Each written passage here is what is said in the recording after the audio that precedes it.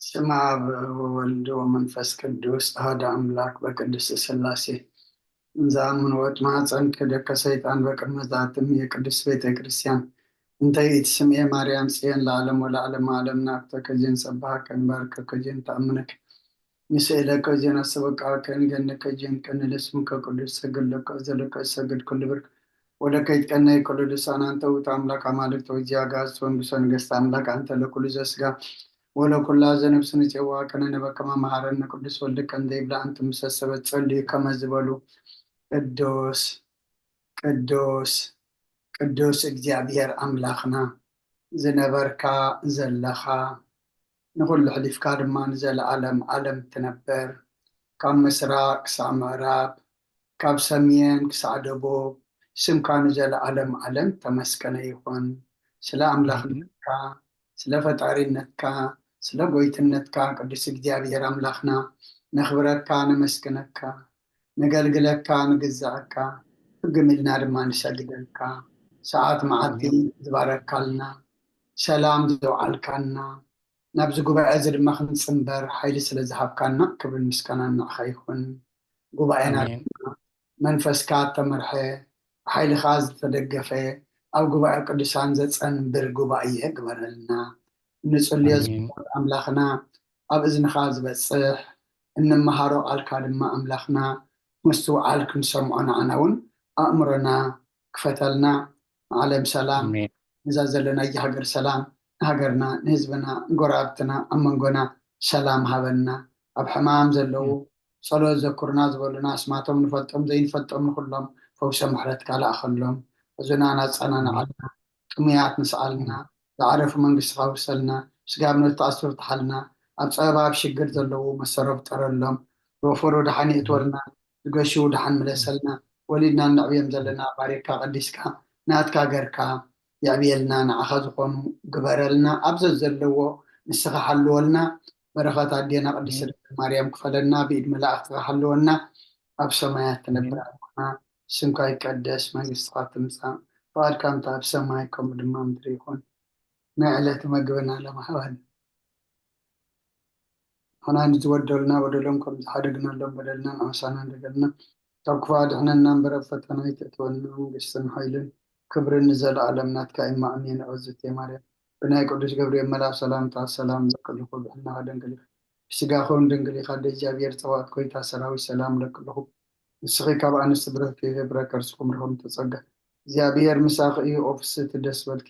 ኃጢአትና ሰሪልና ነፍቲ ወድኺ ኢየሱስ ክርስቶስ መንታና ምሕረት ለምንልና አሜን። ይፍታ ወይ ስረይ እግዚእና አምላክን ወዳነ ኢየሱስ ክርስቶስ ካን ገና ስራያት ያደምሳት ያወሳው ለደብሩ ከሳት ይብርሃን አንቶም አብየ ቀናት ወይ ዲያቆናት ብራን ሳይርጉ ጻናት በበስመከም ኩንፍታኑን ጻነ ይረሲያንስ ኩሏን ሰማያት ዚዮ መሐረነ ክርስቶስ መልዓሰት ተኸተይ ዚዮ መሐረነ ክርስቶስ ዚዮ መሐረነ ክርስቶስ ዚዮ መሐረነ ክርስቶስ ዚዮ መሐረነ ክርስቶስ ዚዮ መሐረነ ክርስቶስ ዚዮ መሐረነ ክርስቶስ ዚዮ መሐረነ ክርስቶስ ዚዮ መሐረነ ክርስቶስ ዚዮ መሐረነ ክርስቶስ ዚዮ መሐረነ ክርስቶስ ዚዮ መሐረነ ክርስቶስ ዚዮ መሐረነ ክርስቶስ ከመን በእንተ እግዝእትነ ማርያም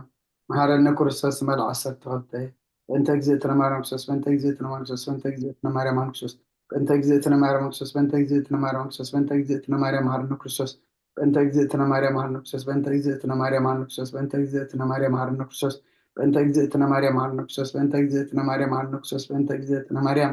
መሐረነ ክርስቶስ። እዛ ሰዓት እዚኣ ምንባር ስጋ ጎይታና ኢየሱስ ክርስቶስ ኣብ መቃብርን መፈፀምታ ሰዓት መዓልትን እያ። ከምኡውን ድቃሳን ሳልመት ስለ ዝኾነ ከም መወዳእታ ግዜ ዕድመ ሰብ ትቁፀር ናይ ምስጋና ጸሎት ሰናይ ነገር ንዝገበረልና ረ ባህሊ እግዚኣብሔር ኣቦን ጎይትና ኣምላኽናን መድሓኒናን ኢየሱስ ክርስቶስ ነመስግነሉና ሰዊርና ረዲእናን እዩ ሓሊውናን ኣቕሪብናን ተቐቢልናን ተማዕቅምናን ኣፅንሕናን ክሳዕ እዛ ሰዓት እዚኣ እውን ኣብፅሕና እዩ። እጆም በዛ ቅዱስ ስዕለት እዚኣን ኩሉ ዘመን ሂወትናን ክፍፅም ሰላም ክሕልወና ኩሉ ንዚ እግዚኣብሔር ኣምላኽና ንልምኖ ኣለና። ወጎይታና እግዚኣብሔር ኩሉ እትሕዛ ኣቦን ጎይታና ኣምላኽናን መድሓኒናን ኢየሱስ ክርስቶስ ተዕሊ ኩሉ ግብርን ምንቲ ኩሉ ግብርን ኣብ ውሽጢ ኩሉ ግብርን ንመስክነካ ኣለና። ስለ ዝተወርካናን ዝረዳእኻናን ዝሓለኻናን ናባኻ እውን ስለ ዘቕረብካናን ተቐበልካናን ስለ ዘቆብካናን ዘጥናእኻናን ሳዕዛ ሰዓት እዚኣ እውን ስለ ዘብፅሓኻና ንመስክነካ ኣለና። ወመፍቀሪ ሰብ ስለዚ ንምነካ ኣለና። ነዛ ቅዱስ ስዕለት እዚኣን ኩሉ ዘመን ሂወትናን ንኣኻ ብምፍራህ ብፍፁም ሰላም ክንፍፅም ሃበና። ኩሉ ቅንያትን ኩሉ መከራን ከበን ጎርን ዝኾነ ኩሉ ግብሪ ሰይጣንን مخرخف عصبات من على صلان أقويتا كل حزب خاون على كاب زرياب زلنا يبوتاون على يتعمل زعيشن عزلنا تماما كربتن كل حاجة سلان كرق السلطان ذهب كان نسخا ما كل خفاء حننا قال حنا برنا فتنا يتولنا حد ودخا كنتنا أملغنا مدحنا يسكوسس من تفعل سبيل بزقور محرتين غلطان شغام عرم عرم زغانو من فس قدسن قانا صنعتم بوزلك على من كل سعن زل عالم أمين نين السحا مزمر حمسان حدا وأملاك مسالخا محرن كنت عبير راغا أبسايدم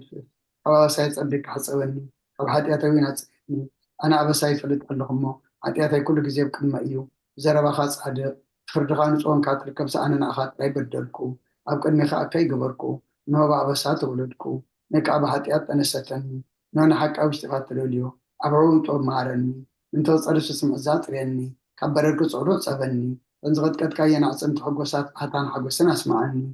يتكا بحتياتي كولو بزل أبسايون دمسسو وعمل خطوري اللي بفتر اللي صنع منفسك أو يحدث كابقت كاي دربيني حقوس مدحان كامل سلي فقالني منفسون دقفني مقد خان مفرس عمرهم إيه حتى أنا بغاهم لسيهم وعمل خان لخم دحاني كابل عدم أنا قفني تساني صدق حال الكتب إيه ويثي أفي مسقانا خنا درس خنا فايت فت مسوعة بهاب لك يعني زي كون اسمه قرب كل كان ري مسوعة مراريت بقوني خمو مسوعة أملاخ سور منفسيو وأملاخ نسورن كنت اللي بايتون عوني خا نسيم صدق خاصة نقبر الله مكاتيات إرسالهم ددا شو موسى سرتي زهر مسوعتي ومل مسوعة بارك لك أيو شو عم مسوي خا راح أقرب لك أيو هللويا صلاة قد قاس كرسان قسين أملاخ مسكانا قرب له حتى يعطيك حد قال لك علم منهم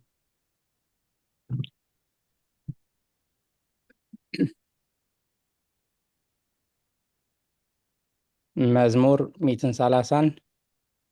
ينتا كم بقولنا يوم مزمور 130 حدن دكتور صقاب ممهر سارة مزمور 130 كلتن مزمور 133 أنا خن ببايه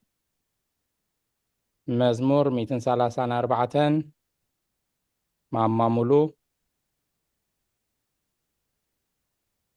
دكتور كفلاي مزمور 137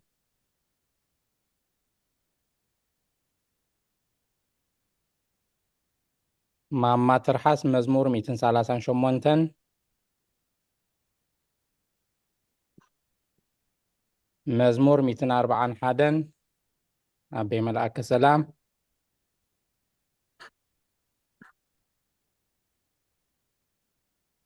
أنا مزمور 140 كلتن كم بباية أدينا إلسابيت مزمور 133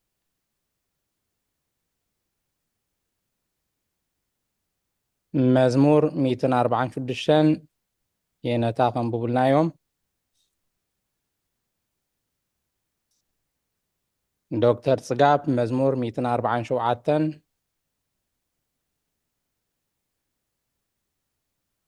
ممهر سارة عويلكن مزمور 148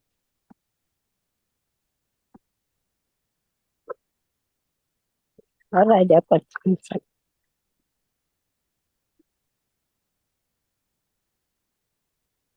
ሃሌሉያ እግዚአብሔር ካብ ሰማያት ኣመስግንዎ ኣብ ኣርያም ኣመስግንዎ ኩልኩም መላእክቲ ኣመስግንዎ ብዘለኩም ሰራዊት ኣመስግንዎ ኣትን ፀሓይን ወርሕን ኣመስግኑ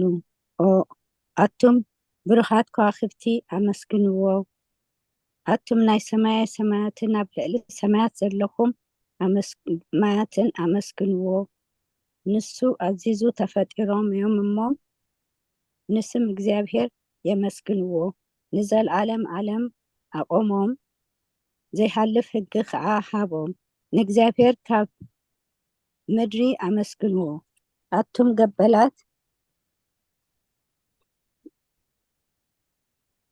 ገበላት ባህርን ማዕሙቅን ኩልኩም ኣቱም ሃውን በረድን ኣስሓይታን ግመን ቃሉ ተስልጥ ሕቦብላን ኣቱም ኣኽራንን ኮረቤትን ኩልኩም ፈረይቲ ኣዕዋምን ፅድታት ኩልኩም ኣራዊትን كلخاتكم انسسان لما متبلون نفرتي أعوافن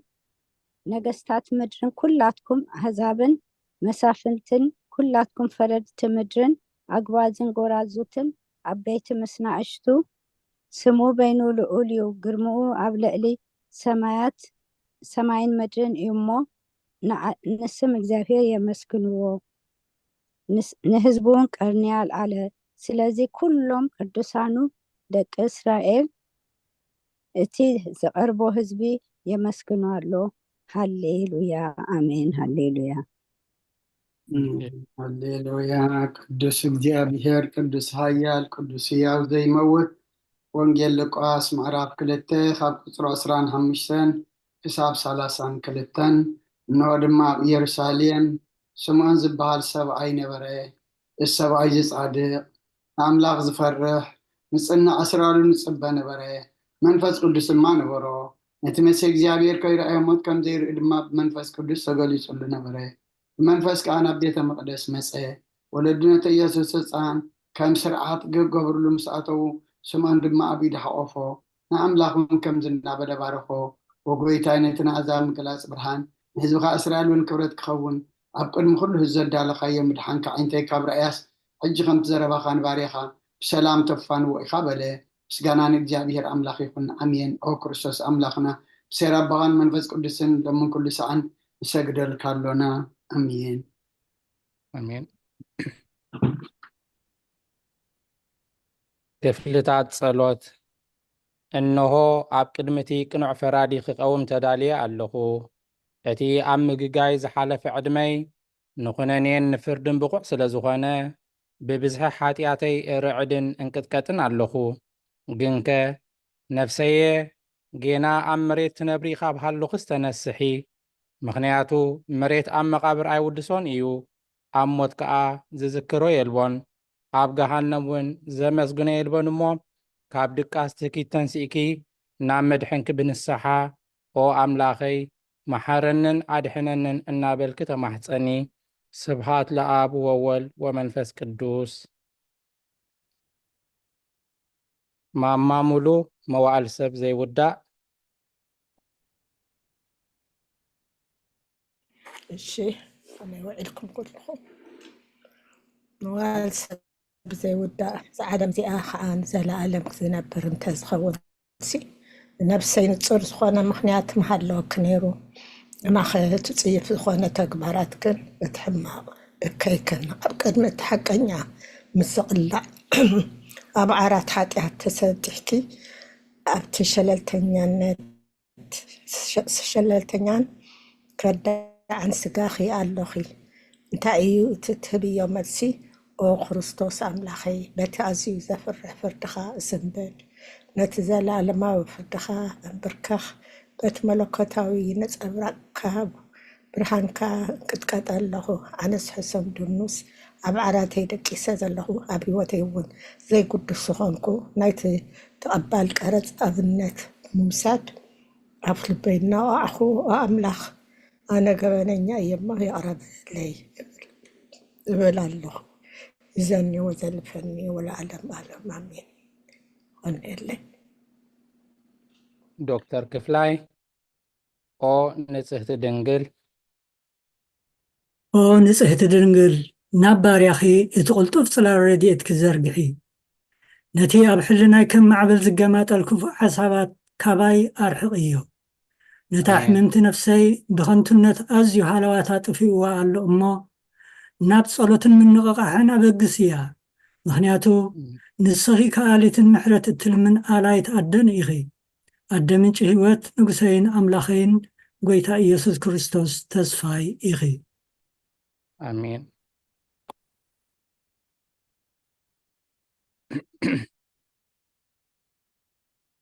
ኦ ጎይታ በዛ ለይቲ እዚኣ ንዓሞ ማማ ትርሓስ كم يمسهم أنا ليه دايقة؟ ዕዋ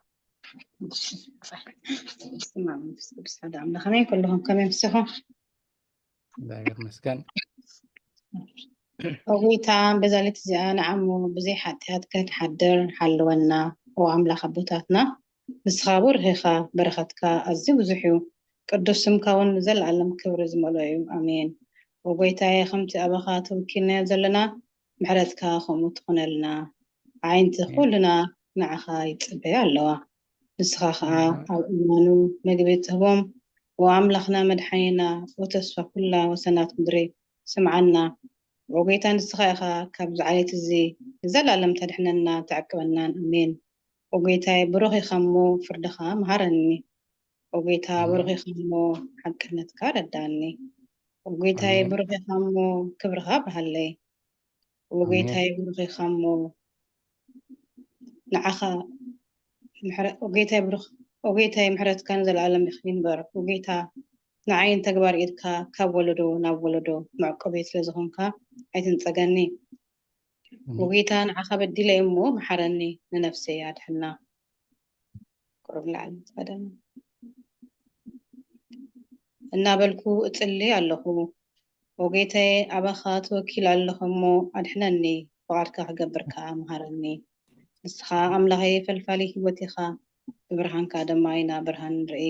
ምሕረትካ ናብቶም ዝፈልጡኻ ክብርኻ ከዓ ናብ ቅኑዕ ልቢ ትምፃእ ጸጋን በረኸትን ምስጋናን ብሓቂ ናትካ እዩ ወቅድሚ ዓለም ዝነበርካ ንዘለዓለም እትነብር ዘለኻ ኣቦን ወድን መንፈስ ቅዱስን ንዓኻ ምስጋናን ውዳሴን ግርማን ይግባእ ሎምን ኩሉ ሰዓት ዘለዓለም آمين ወልዑል ጎይታ ባዕኻ ምእማን ንስምካ ምዝማረን ሰናይ እሞ ምሕረትካ ኣብትጥባሕ ሓቅነትካ ድማ ለይቲ ለይቲ ኣዛንቱ አሜን آمين አገልግሎትካ ይባርክ آمين أدينا إلسابيت ቅዱስ እግዚአብሔር ቅዱስ ኃያል ውዳሴ ስሉስ ቅዱስ ቅዱስ እግዚአብሔር ቅዱስ ኃያል ቅዱስ ሕያው ዘይመውት ኣብ ቅድስት ድንግል ማርያም ዝተወልደ መሓረና ቅዱስ እግዚአብሔር ቅዱስ ኃያል ቅዱስ ሕያው ዘይመውት ኣብ ዮርዳኖስ ዝተጠምቀ ኣብ ልዕሊ ዕፀ መስቀል ምእንታና ዝተሰቕለ መሓረና ቅዱስ እግዚአብሔር ቅዱስ ኃያል ቅዱስ ሕያው ዘይመውት ኣብ ሳልሳይ መዓልቲ ካብ ሙታን ዝተንስአ ብምስጋና ናብ ሰማያት ዝዓረገ ኣብ የማን ኣቦኡ ዝተቐመጠ ኣብ ሕያዋንን ሙታንን ክፈርድ ከም ብሓድሽ ክመጽ እዩ ኦ ጎይታ መሓረና ምስጋና ንኣቦን ንወልድን ንመንፈስ ቅዱስን ሎምን ኩሉ ሳዕን ንዘለዓለም ዓለም ኣሜን ስሉስ ቅዱስ መሓረና ስሉስ ቅዱስ መሓረና ስሉስ ቅዱስ መሓረና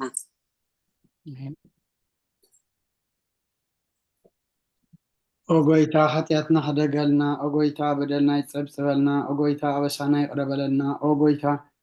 ንሕሙማት ዝኻብ ፀሓዮም ኣመንቲ ትቅዱስ ስምካ ኢልካ ፈውሶም ኦጎይታ ነቶም ዝመቱ ቦታትናን ኣዴታትናን ኣሕዋትናን ኣሓትናን ከዓ ነብሰ ማዕርፍ ኦ ካብ ሓጢአት ንጹህ ዝኾንካ ጎይታ መሓረና ኦ ካብ ሓጢአት ንጹህ ዝኾንካ ጎይታ ርድኣና ልማነና ከዓ ተቐበለልና ክብርን ምስጋናን ማዕርግን ቅድስናን ንዓካ ይግባእ ኣሜን ኦጎይታ መሓረና ኦጎይታ መሓረና ኦጎይታ ባርከና ኦጎይታ ብቕዓት ግበረና ምስጋና ከምዚልና ክንጸልይ ብሰማያት ትነብር ኣቦና ስምካ ይቀደስ መንግስትካ ትምጻእ ፍቃድካ ኣብ ሰማይ ከምኡ ድማ ይኩን ዕለት መግብና ለማሃበና ንሕና ንዝበደሉና በደሎም ከም ዝሓደግናሎም በደልና ንኣውሳና እንደገና ክፉ ኣድሕነና እምበር ኣብ ፈተና ይትእትወና መንግስትን ሓይልን ክብርን ዘለዓለም ናትካ ኢማ ኣሜን ኦዝቴ ማርያም ብናይ ቅዱስ ገብርኤል መልኣክ ሰላምታ ሰላም ለክለኹ ብሕናኸ ድንግል ኢኺ ብስጋኹን ድንግል ኢኺ ኣደ እግዚኣብሔር ፀባኦት ኮይታ ሰራዊት ሰላም ለክለኹ ንስኻዋ ንስ ብርክቲ ኢኺ ፍረ ከርስኹም ብርኽ እዩ ኦ ምልዕተ ጸጋ እግዚኣብሔር ምሳኺ እዩ ኦ ፍስሕቲ ደስ ይበልኪ ኃጢአትና ክሰርየልና ናብ ፍቲ ወድኺ ኢየሱስ ክርስቶስ ምንታና ምሕረት ለምነልና ኣሜን ማማ ህይወት እንኳዕ ብሰላም መጻኺ ምስጋና ንቅድስት ድንግል ማርያም ቴንኪዩ እንኳዕ ደሓን ፀናሕኩም ኩልኹም ተመስገንኹም ኦኬ ምስጋና ንቅድስት ድንግል ማርያም ኦ ቅድስቲ ምልዕተ ጸጋ ኩሉ ግዜ ድንግል ዝኾንኪ ወላዲት ኣምላኽ ኣደ ክርስቶስ ሰላም ንብለኪ ምእንተ ሓጢአትና ክሓድገልና ናብ ፍቁር ወድኺ ጸሎት ማዕርግልና ኢየሱስ ክርስቶስ ኣምላኽና ዝወለድክልና ቅድስቲ ድንግል ሰላም ንብለኪ ሓጥኣን ነፍስና ሓዲጉ ክምሕረና ናብ ጎይታ ለምንልና ኦ ቅድስቲ ድንግል ማርያም ወላዲት ኣምላኽ نزاري سب أنتي أمالاديتنا ودخ إيسوس كريستوس حدقت حتقاتنا كتقوانا لمنلنا هنا حق نقست دنقل سلام نبلكي هنا معني الأملاخنا زولد كلنا قرعات ذرئي سلامتا نغربلكي ودنقل بقيتنا إيسوس كريستوس تأمنت أمالاديت حتقاتنا من أنتي كحدقلنا تذكرنا آمين ኣሚን آمين thank you. ሃፍትና ፍሮይኒ እንኳዕ ብሰላም መጻኺ መእተዊ ጸሎተ ሃይማኖት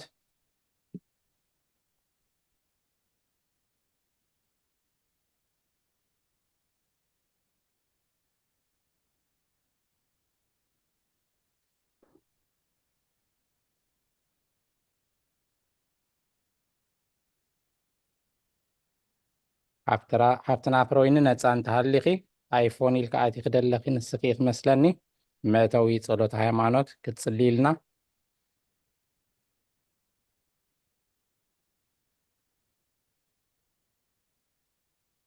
እሺ ኣብ መስመር የላን መስለኒ ዶክተር ጽጋብ መእተዊ ጸሎተ ሃይማኖት ክትጽልየልና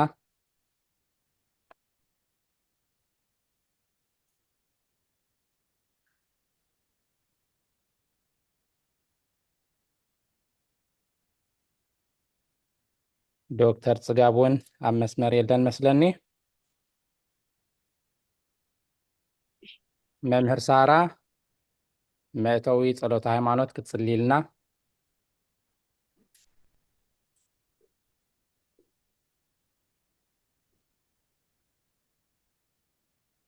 ዲያቆና ንኽፍትን ዶ ኣይፎን 13 ኢለ ዝኣተኹ ኣነ ኣበባ ካብ ኒው ሜክሲኮ እየ ኦኬ وهذا ሰላም ከመይ ቀኒኹም ኣሕዋት ኦኬ أبو سلام هاي يا بيبينا قاعدة حدثة ሃይ ወልካም ቴንክ ዩ ጓዕዘ ሓንጥናሕኩም ኩሉ ብዝሓዘ ሰማያትን ምድርን ዝረአን ዘይረአን ብዝፈጠረ ብሓደ ኣምላክ ብእግዚኣብሔር ኣብ ንኣምን ብሓደ ጎይታ ብኢየሱስ ክርስቶስ ዓለም ከይተፈጥረ ምስ ሕሉ ዝኾነ ወልዲ ኣብ ዋህድ እናምን ካብ ብርሃን ተረኸበ ብርሃን ካብ ሓቀኛ ኣምላክ ተረኸበ ሓቀኛ ኣምላክ ተወልደ እምበር ፍጡር ዘይኮነ ብመለኮት ምስ ኣብ ማዕረ ዝኾነ ኩሉ ብኡ ዝተፈጥረ ብዘይክእግነ ኣብዚ ምድሪ ይኹን ኣብ ሰማያት ምንም ተፈጥረ የልዎን ምንታና ምእንቲ ሰብ ምእንቲ ምድሓንና ካብ ሰማያት ዝወረደ ብመንፈስ ቅዱስ ካብ ቅድስት ድንግል ማርያም ስጋ ለበሰ ሰብ ኮነ ሰብ ኮይኑ ድማ ኣብ ዘመን ጴንጤናዊ ጲላጦስ ምንታና መከራ መስቀል ተቐበለ ሃመመ ተሰቕለ መተ ተቐብረ ከምቲ ኣብ ቅዱሳን መጻሕፍቲ ተጻሕፈ ኣብ ሳልሳይ መዓልቲ ካብ ሙታን ተፈሊዩ ተንስአ ብኽብሩና ሰማያት ኣረገ ኣብ የማን ኣቦኡ ተቐመጠ ከም ብሓድሽ ንያዋንን ንሙታንን ክፈሪ ብኽብሪ ክመጽእ እዩ ንመንግስቱ ድማ መወዳእታ የብሉን ጎይታ መህበይን ብዝኾነ ካብ ኣብ ሰረፀ መንፈስ ቅዱስ ንኣምን ምስ ኣብን ወልድን ክንሰግደንን ክነመስግኖም ብነቢያት ተነግረ እዩ ልዕሊ ኩሉ ብዝኾነት ናይ ሃዋርያት ጉባኤ ብሓንቲ ቅድስቲ ቤተክርስትያን ንኣምን ሓጢኣት ንምስትስረይና ብሓንቲ ጥምቀት ንኣምን ትንሳኤ ሙታንን ዘላለም ዝመጽእ ህይወት ተስፋ ንገብር ኣሜን ኣሜን ወጎይታ ጎይታ ጸሎትና ሰሚኻ ኃጢአትና ክደገልና ክርያላይሶን ክርያላይሶን ክርያላይሶን ክራላይሶን ክራላይሶን ክራላይሶን ክርያላይሶን ክርያላይሶን ክርያላይሶን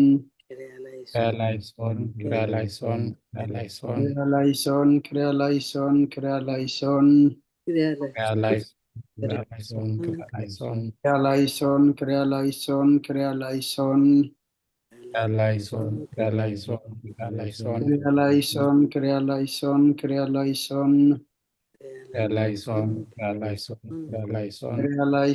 ክራላይሶን ክርያላይሶን ክርያላይሶን ክርያላይሶን ክራላይሶን ክራላይሶን ክራላይሶን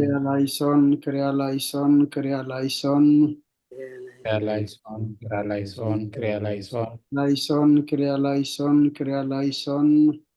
ክራላይሶን ክራላይሶን ክራላይሶን ክርያላይሶን ክርያላይሶን ክርያላይሶን ክራላይሶን ክራላይሶን ክራላይሶን ክርያላይሶን ክርያላይሶን ክርያላይሶን ክራላይሶን ክራላይሶን ክራላይሶን ክርያላይሶን ክርያላይሶን ክርያላይሶን ክራላይሶን ክራላይሶን ክራላይሶን ክሪያላይሶን ክሪያላይሶን ክሪያላይሶን ክሪያላይሶን ክሪያላይሶን ክሪያላይሶን ክሪያላይሶን ክሪያላይሶን ክሪያላይሶን ክሪያላይሶን ክሪያላይሶን ክሪያላይሶን ክሪያላይሶን ክሪያላይሶን ክሪያላይሶን ክሪያላይሶን ራይ ማማረዘነት እንኳ ብሰላም መጻኺ ቅዱስ ቅዱስ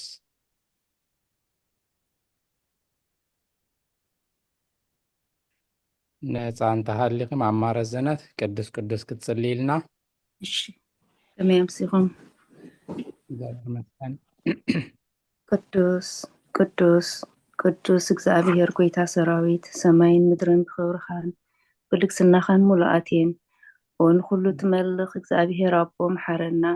ወጎይታ ሰራዊት ኣምላኽ ሓይልታት ምሳናኹን ምክንያቱ ኣብ ግዜ ሽግርናን ጭንቅናን ብዘይካ ካረዳ እየብልናን ኦ ኣምላኽ ኣባና ሕደር ንበደልና ይቕሬታን ምሕረትን ግበረልና እቲ ብድሌትናን ብዘይድሌትናን ዝገበርናዮ እቲ ብፍላጥን ብዘይፍላጥን ዝሰራሕናዮ ስውርን ጉሁድን ዝኾነ ሓጢኣትና ምእንቲ እቲ ኣብ ልዕልና ዝስመ ቅዱስ ስምካ ኢልካ ኦ ጎይታ ይቕረበለልና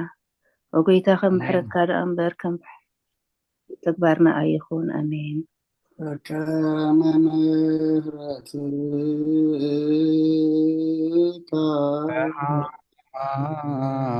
አምላክነ ወአኮበከ ማዕበሳነ በከመ ምሕረትከ አምላክነ ወአኮ በከመ አበሳነ በከመ ምሕረትከ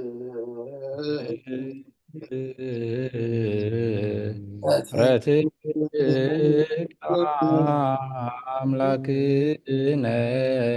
ወአኮ በከመ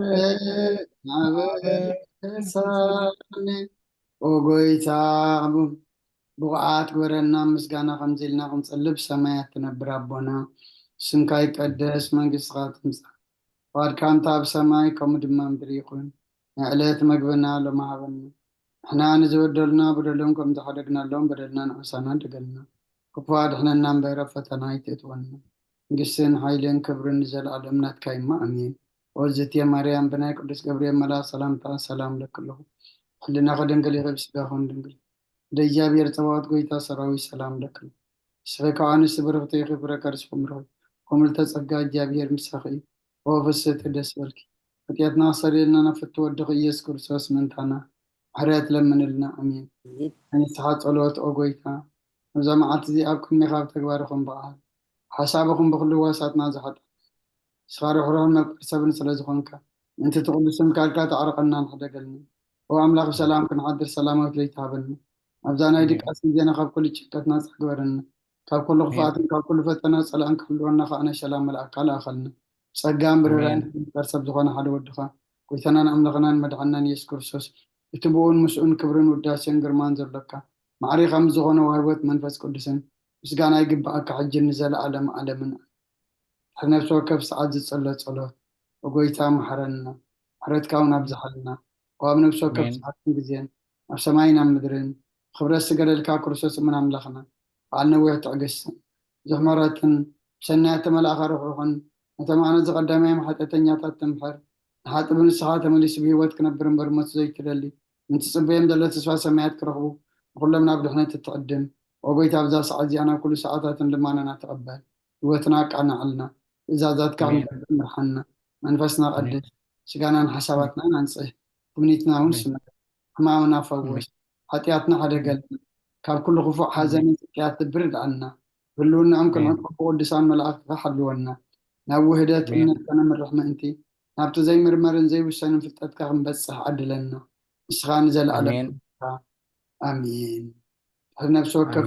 ዝፅለ ፀሎት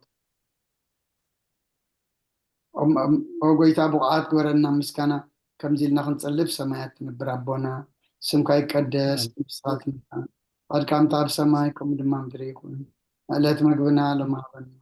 حنا نزودلنا بدلهم زحدقنا لهم بدلنا نأسخنا دقلنا كوكفاد احنا نمبر فتنا يتأتونا نقسن حيلين كبرين زلا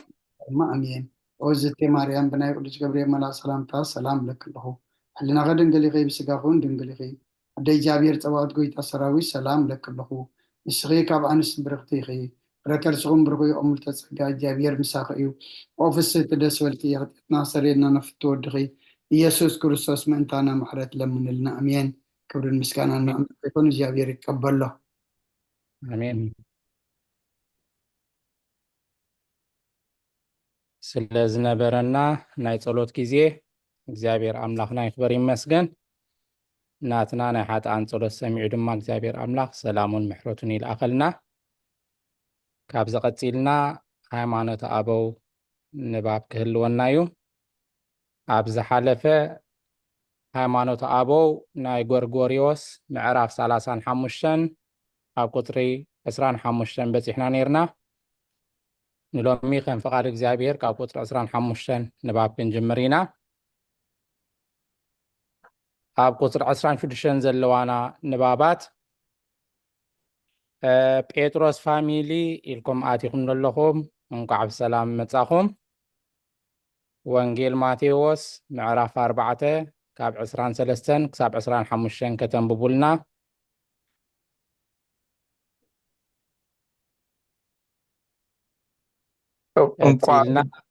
እንኳዕ ምድሓን ጽናሕካ ወይ አይ ብዚ አይ ተቆረብኩም ሶሪ እሺ ጸገም የለን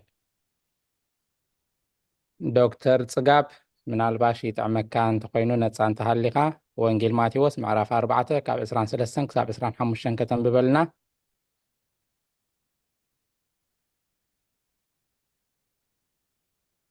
እሺ ዶክተር ጽጋቡን አይ ተዓሞናሎ መስለኒ መምህር ሳራ ወንጌል ማቴዎስ ምዕራፍ 4 ካብ 23 ክሳብ 25 هراي ማማሙሉ ወንጌል ማቴዎስ ምዕራፍ 8 ካብ 1 ክሳብ 44 تقبل الله እሺ ዶክተር ክፍላይ እሺ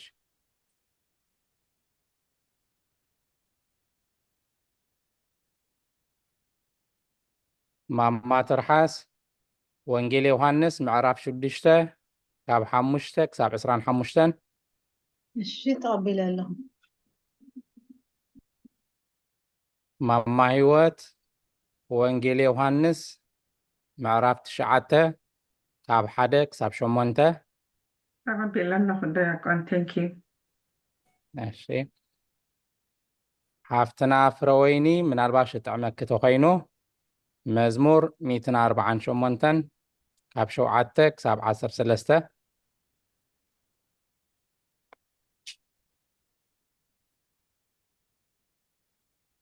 እሺ ሃፍትና ፍረወይኒ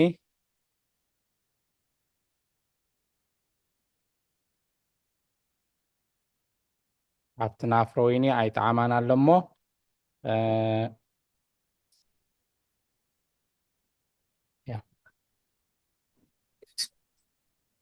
አይፎን 13 እሺ ማማ አበባ ያቆነይ ሙሌ ምዕራፍ 8 ሲ ካብ 1 ክሳብ 34 ይዘሎ 44 ይኮነ ኦኬ ኣብዚያ ወንጌል ማቴዎስ ምዕራፍ 8 ካብ 1 ክሳብ 44 እንዳይላ ደላ 34 ወረለይ እሺ ናይ ታይፒንግ ኤረር ክኸውን ይኽእል እዩ حساب مودعتا ديا 34 هو እሺ ክሳብ 34 ከተንብብልና أخي راي كتلنا ማማ አበባ መዝሙር 148 ካብ 7 ክሳብ 13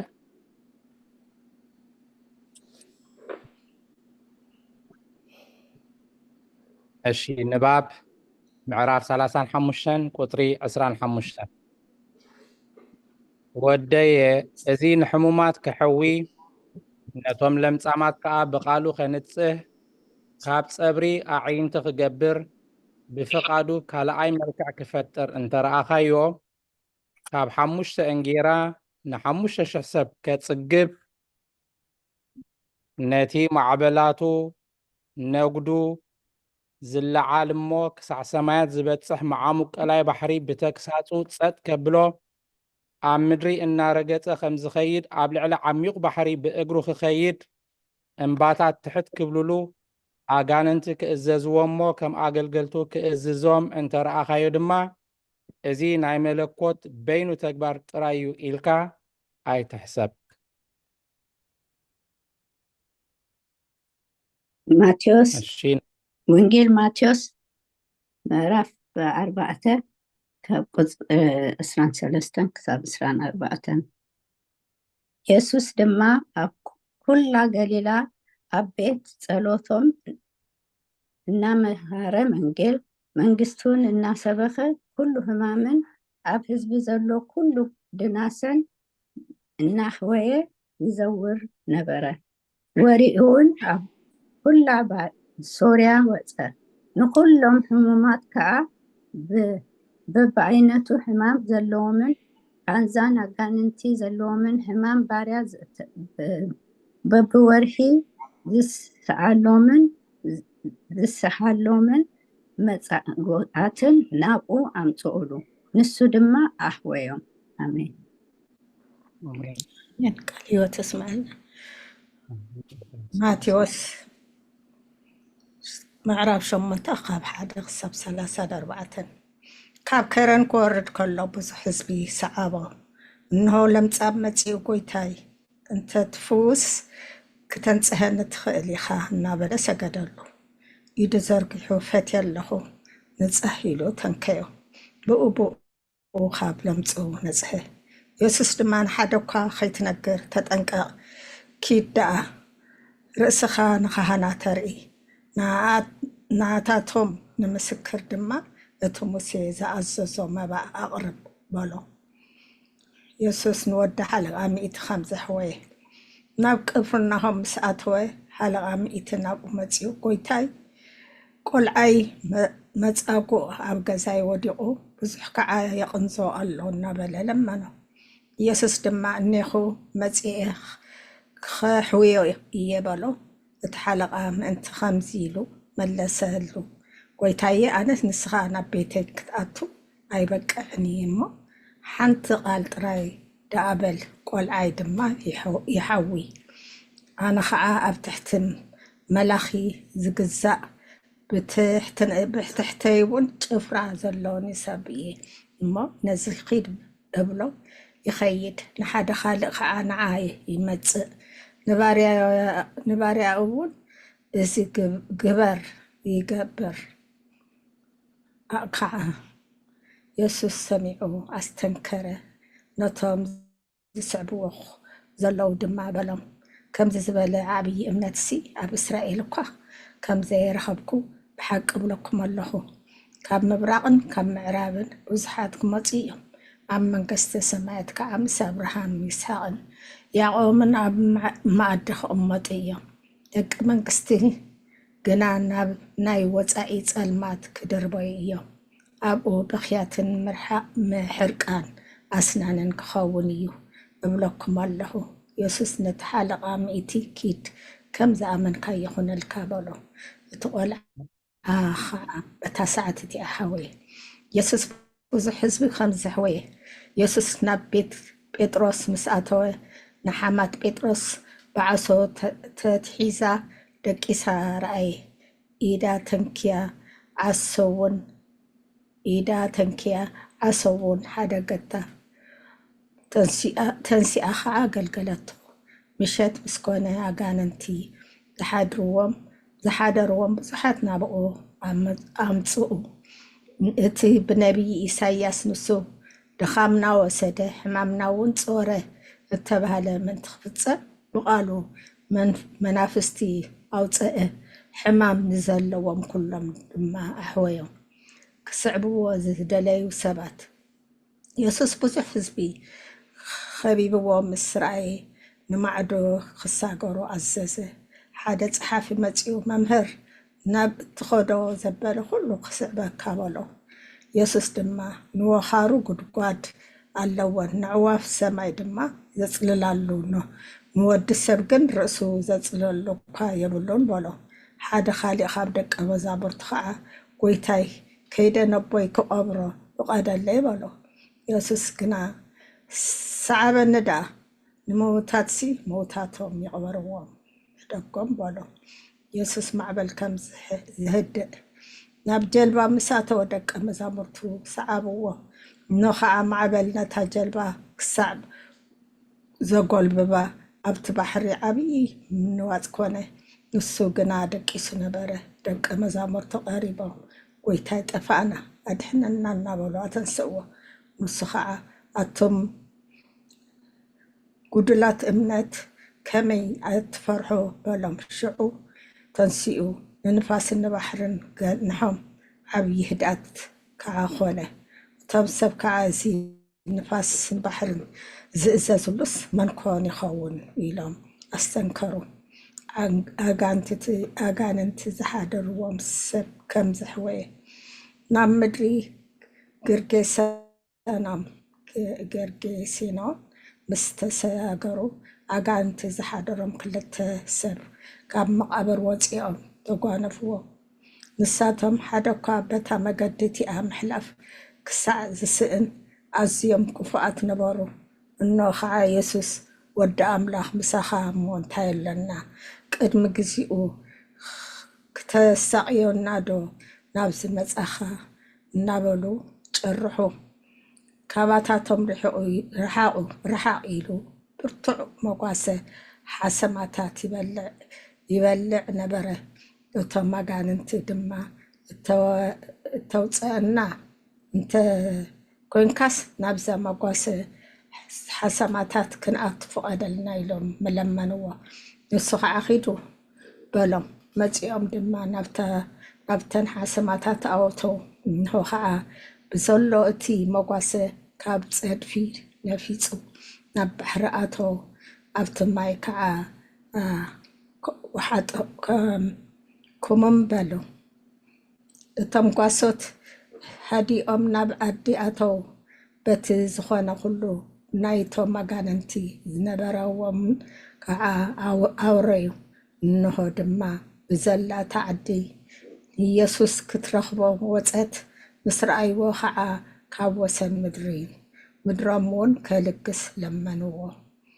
ስለ ቃላት ክብር ምስጋና ይኹን። ይቀኒል አሜን አሜን። ቃሪው አልና ወንጌል ዮሐንስ ምዕራፍ 6 ካብ 5 እስከ 15 ሽዑ ኢየሱስ ዓይነቱ ሓቢሉ ብዙሕ ህዝቢ ናብኡ ክመፅእ ከሎ ርዩ ንፊልጶስ እዚኣቶም ምእንቲ ክበልዑስ እንጀራ ካበይ ንዓድግ ኢና ካበይ ክንዕድግ ኢና በሎ። እቲ ክገብሮ ዝደለዮስ ባዕሉ ፈሊጥዎ ነበር እሞ እዚ ዝበሎ ምእንቲ ክዕዘቦ እዩ። ፊልጶስ ከዓ ናይ 200 ዲናር እንጀራ እኳ ቋቁራስ ኣይበፅሖምን እዩ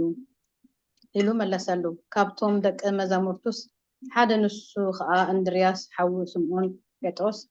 5 ጎጎ ስገምን 2 ዓሳን ዘለዎ ቆልዓ ኣብዚ ኣሎ። እዚኣተን ግና ንክንድዚ ዝኣክል ሰብ እንታይ ይጠቅማ በሎ። ኢየሱስ ከዓ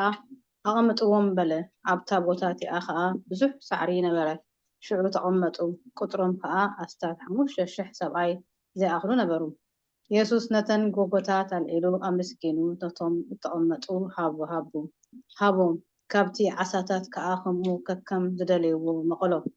ምስ ጠገቡ ድማ ንደቀ መዛሙርቱ ዝተረፈ ቁርስራስ ሓንቲ እኳ ከይትጠፍስ ኣክብዎ በሎም። ስለዚ ኣከብዎ።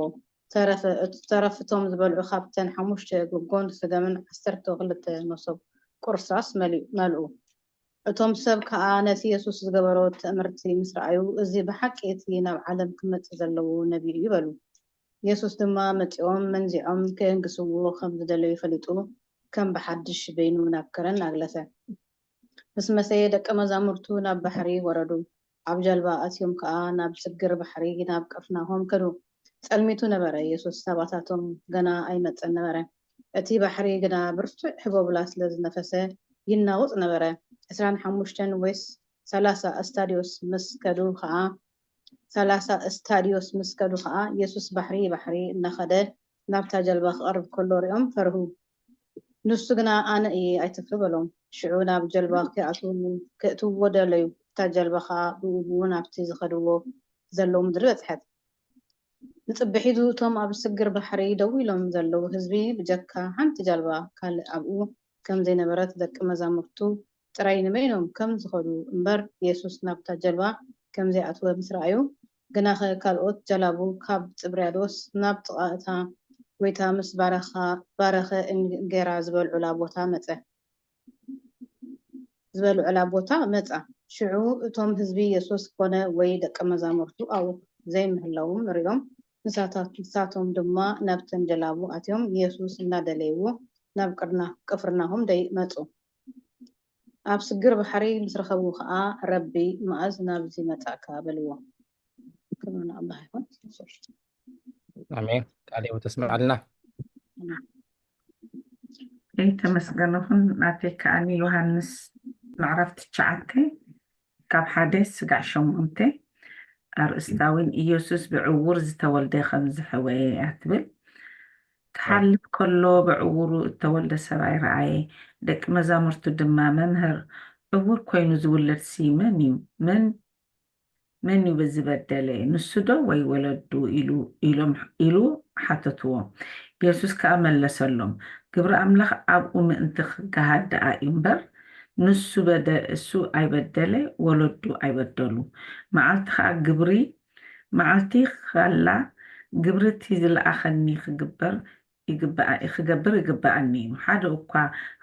ከዓያ ዘይከኣሎ ለይቲ ትመፅእ ኣላ። ኣነ ኣብ ዓለም ከለኹ ብርሃን ዓለም እየ።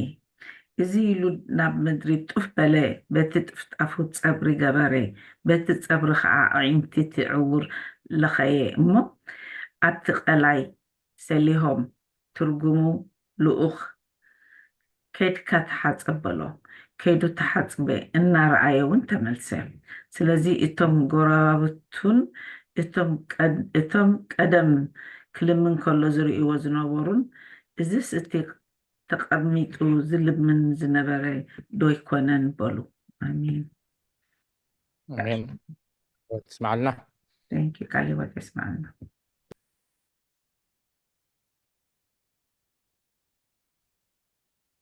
ኦኬ ማማ ኣበባ እንተሃሊኺ መዝሙር 148 ኣብዚ ሊስት እኳ ይርኤክን እየ ደለኹ። እሺ ወፅያ መስለኒ ይከኣል ተኾይኑ ጴጥሮስ ፋሚሊ መዝሙር ዳዊት 148 ካብ 7 ክሳብ 13 ከተንብቡልና። ዲያቆን ሓዊ ክደግመለይ እታ ቁፅሪ? እሺ መዝሙር 148 ካብ 7 ክሳብ 13 መዝሙር ዳዊት 148 ካብ 7 ክሳብ 13 ኦኬ ኦኬ ኦኬ ኦኬ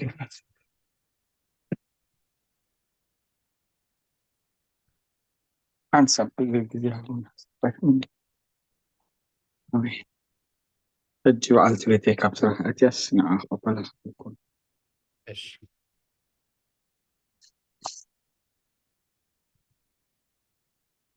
መዝሙር ዳዊት 48 ካብ 7 እስካብ 13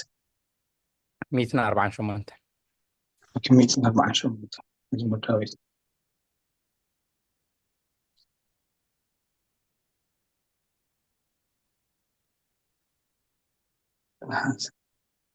እሺ መዝሙር ዳዊት 148 ካብ 7 ክሳብ 13 ኦኬ ኦኬ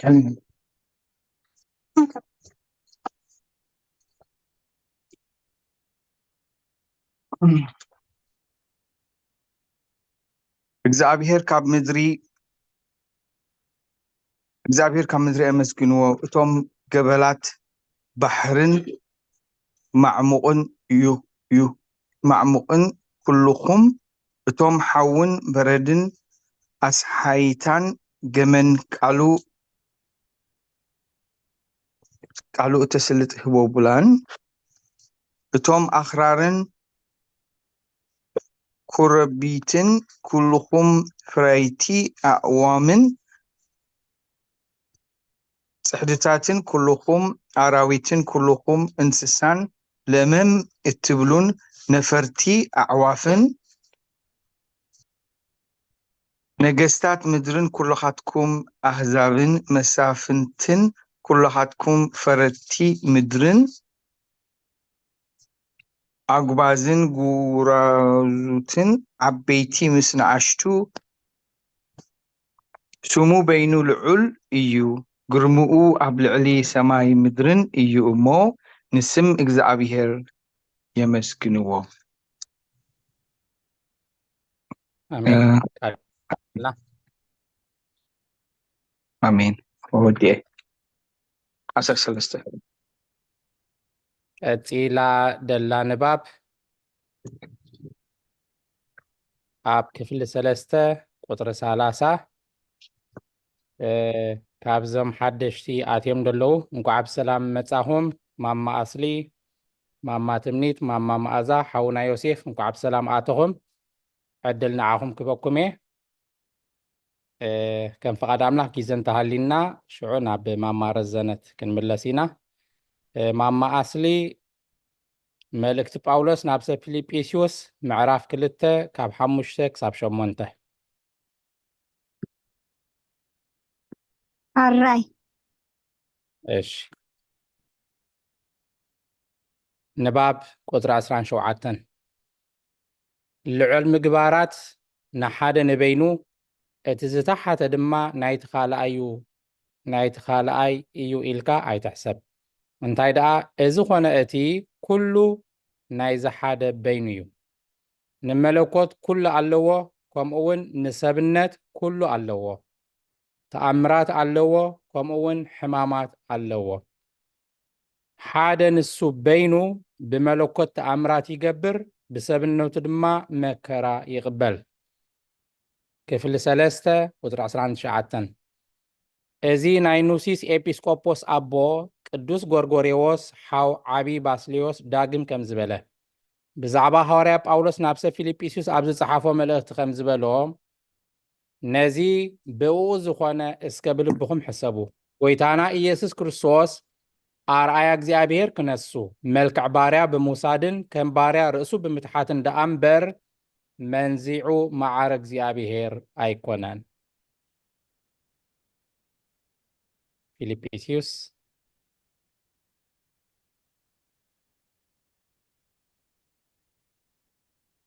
ማማ ኣስሊ ፊልጵስዩስ ምዕራፍ 2 ካብ 5 ክሳብ 8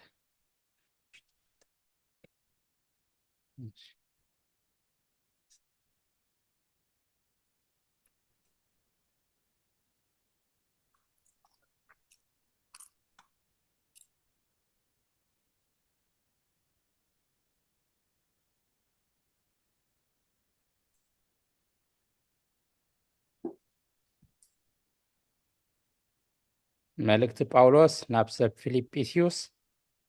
ምዕራፍ 2 ካብ 5 ክሳብ 8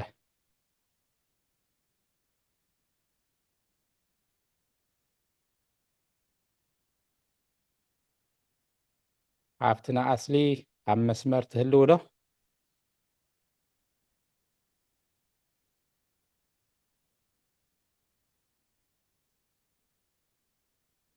መስመር ወፂዋ ፀኒሓ ኣትያላም ካብ ሰላም መጻኽ ዳግማይ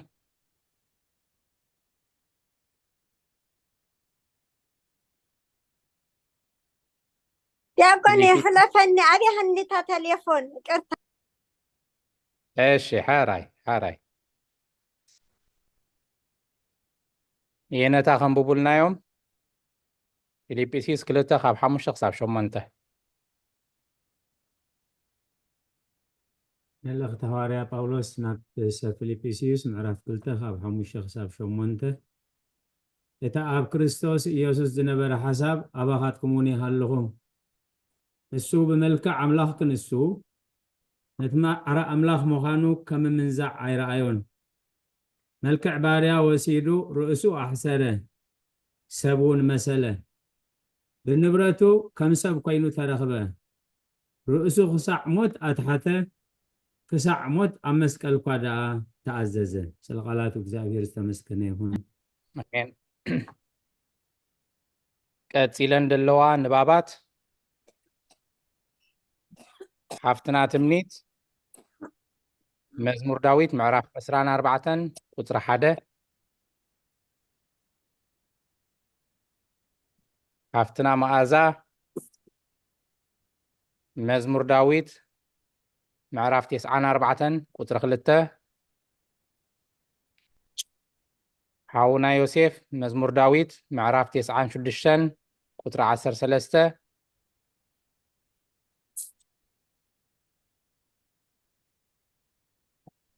ኣይፎን ከዓ ዳግማይ ኣቲኽለኺ ሓፍትና ፍሮይኒ ይኽመስለኒ እንድሕሪ ግዜ ሃሊኪ ጥዕመክ ተኮይኑ ወንጌል ማቴዎስ ምዕራፍ 8 ቁጥሪ 10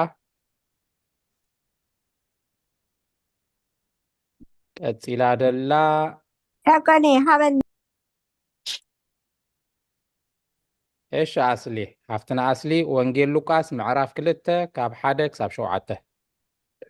ናይ ወንጌል ማቴዎስ እንታይ ነይሩ ወንጌል ማቴዎስ ምዕራፍ 8 ቁጥሪ 10 እሺ ንባብ ቁጥሪ 31 ኣብ ቅድሚ እግዚአብሔር ስጋ ካብ ምልባስ ዝበልጽ እንታይ ክፍነት ኣሎ ግና ከንሱ ንጉስ ነገስታትን ጎይታ ጎይተትን ክነሱ ከማና ሰብ ክኸውን ኣብ ዝወረደሉ ግዜ መልክዕ ባርያ ብምልባሱ ካብ እግዚአብሔርነቱ ከቶ ኣይነኣሰን ነቲ ንምድሪ ዝፈርዳ እቶም ብወለዶ ንበልጽ ኢና ዝብሉ ተጠቃቀሱሉ እቲ ጎይታ ኩሉ ፍጥረት ብስጋ ምስ ተወልደ ዝሓድረሉ ቦታ ኣይረኸበን እንታይ ደኣ ኣብ መብልዕ ማል ኣደቀስዎ መዝሙር 24 መዝሙር 24 ቁጥሪ 1 2 ብሓንሳ ኣሎ እግዚአብሔር ንምድሪ ኣብ ባሕሪ ሰሪትዋ ኣብ ወሓይዝ እውን ኣጽኒዕዋ እሞ ንሳን ምልኣታን ዓለምን ዝነብሩዋ ናቱ እዮም عليه وتسمع لنا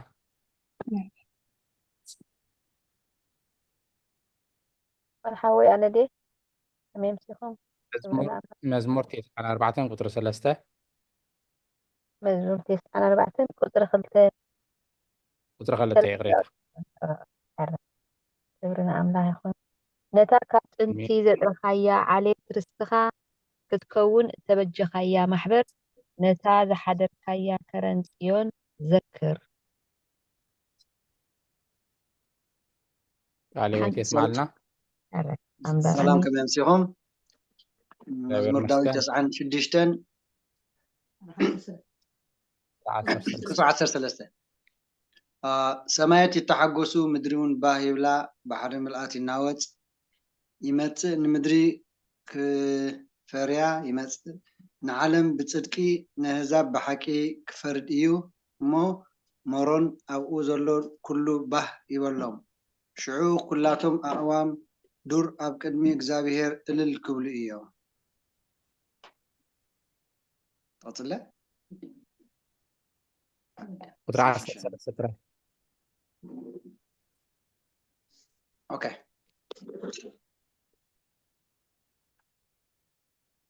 እሺ ማቴዎስ 8:10 ወንጌል ማቴዎስ 8:10 ኢየሱስ ድማ ወኻሮ ጉድጓድ ኣለውን ኣዕዋፍ ሰማይ ድማ ሰፈር ኣለዎ ወዲ ሰብ ግና ርእሱ I don't know how to say that into them ዘጸግዓሉ እኳ የብሉም በለው يطعن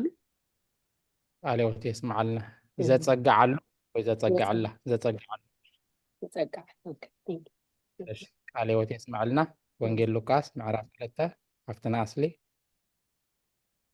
ቃል ህይወት ይስማዓልና ቃል ህይወት ይስማዓልና ወንጌል ሉቃስ ምዕራፍ 2 ካብ 1 ክሳብ 7 ኮነ ድማ በቲ ቀንቲ ኩሉ ዓለም ክፀሓፍ ካብ ቄሳር ኣንጢዮጦስ ትእዛዝ ወፀ እዚኣ እታ ቀሬኔዎስ ኣብ ሶርያ ተሸይሙ ከሎ ዝኾነት ቀዳመይቲ ፅሕፍቲ እያ ሽዑ ነፍሲ ወከፍ ክትፀሓፍ ኩሉ ናብና ዓዱ ከብደ ዮሴፍ ድማ ካብ ቤት ዳዊት ዓሌት ስለ ዝነበረ ካብ ገሊላ ካብ ዓዲ ናዝሬት ምስታ ፀኒሳ ዘላ ማርያም ሕፂቱ ናብ ቤተልሔም እተባህለት ዓዲ ዳዊት ናብ ይሁዳ ክትፀሓፍ ደየበ ኮነ ድማ ኣብኡ ከላ ግዜ ሕርሳ በፅሐ በኩሪ ወዳ ወለደት ብዓለባ ጠቕለለቶ ኣብቲ ማሕደሪ ኣጋይሽ ስፍራ ስለ ዘይነበሮም ድማ ኣብ መብልዒ መቃል ኣደቀሰቶ ብንኣምላኽ ይኹን ንስኻ ድኹም ትኸውን አሜን ቃል ህይወት ተስምዐልና ቀፂላ ኣብ ቁጥሪ 33 ክልተ ንባባት ኣለዋና ማማ ረዘነት መዝሙር ዳዊት ምዕራፍ 12 ቁጥሪ 6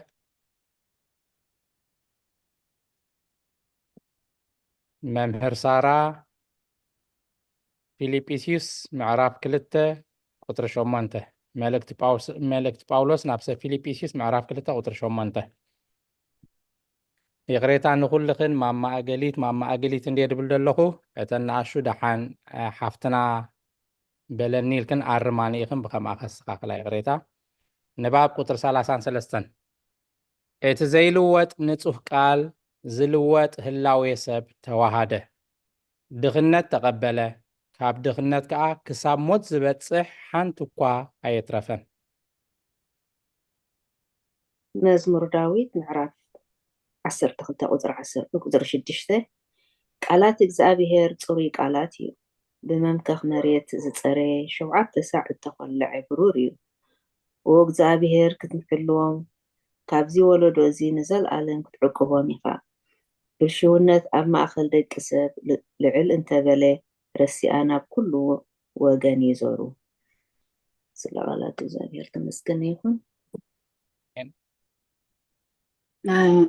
ናተይ ፊልጵስዩስ 2 ምዕራፍ 2 ቁጥሪ 28 ሚልዮን ምዕራፍ 2 ቁጥሪ 8 ኦኬ ህረ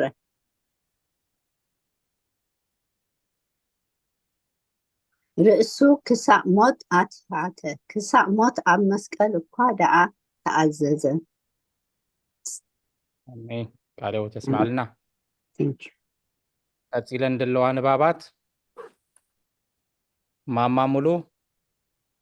ወንጌል ማቴዎስ ምዕራፍ 17 ቁጥሪ 22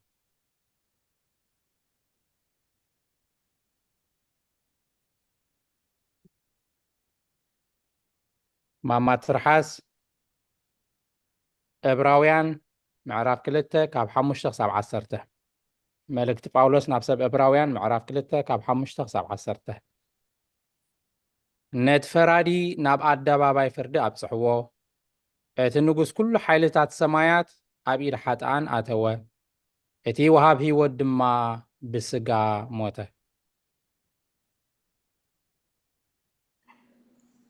ኣነ ደ ወንጌል ማቴዎስ ያ ማማ ሙሉ ኦኬ ወንጌል ማቴዎስ ምዕራፍ 17 ወደ 22 ኣብ ገሊላ ክመላለሱ ከለዉ ኢየሱስ ወዲ ሰብ ኣብ ኢድ ሰብ ክትሓዝ ኣለዎ ወዲ ኣለኹ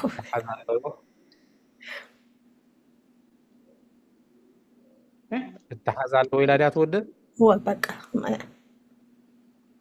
زي كنا نقص لا 23 ደጊምክማ ኣንብብያ ሓንቲ ቁፅሪ ወላ ኣብ ወስኽ ልበላ ገሊላ ክመላለሱ ከለዉ ኢየሱስ ወዲ ሰብ ኣብ ኢድ ሰብ ክትሓዝ ኣለዎ ቁፅሪ 23 ክቐትልዎ ብሳልሰይቲ መዓልቲ ድማ ክትንስእ እዩ በሎም እዚ ከዓ ጎሃ እዩ እሺ ቃልዮት የስማዕልና ቃልዮት ተስማዕልና ዕብራውያን ምዕራፍ 2 ካብ 5 ክሳብ 10 ነታ ብዛዕባ እንዛረባ ዘለና እትመፅእ ዓለምሲ ኣብ ትሕቲ መላእኽቲ ኣይግዛእን ግናኸ ሓደስ እኳ ኣብ ሓደ ስፍራ መስኪሩ ኣሎ ከምዚ ኢሉ ሰብ ንስኻ ክትዝክሮስ እንታይ እዩ ወይስ ወዲ ሰብ ንስኻ እተኣልዮስ እንታይ እዩ ከም መላእኽቲ ቁርብ ኣንኣስካዮ ኣክሊል ክብሪ ግርማ ድማ ከለልካዮ ኣብ ግብሪ ኣዳውካ ከዓ ሸምካዮ ንኩሉ እውን ኣብ ትሕቲ ኣጋሩ ኣግዛእካዮ ንኩሉ ከይግዛእሉ ከሎ ንዑ ዘይግዝኦ ሓንቲ እኳ ኣይሓደገን ግናኸ ኩሉ ከም ዝግዝኦ ንሕና ገና ሎሚ ኣይንሪኦን ኢና ዘለና ነቲ ብምክንያት ስቅያት ሞቱ ካብ መላእኽቲ ገለ ቁርብ እተታሕተ ኢየሱስ ግና ብፀጋ ኣምላኽ ኣብ ክንዲ ኩሉ ሰብ ሞተ መንቲ ክትዕምሲ ኣክሊል ክብርን ግርማን ተኺሉ ንሪኦ ኣለና እቲ ኩሉ ምእንትኡ ኩሉ እውን ብኡ ዝኾነ ብዙሓት ውሉድ ናብ ክብሪ እናኣተውዎ ነቲ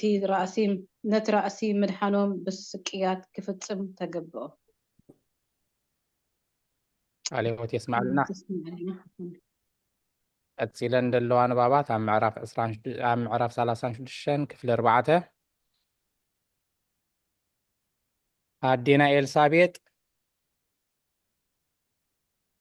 ዘፍጥረት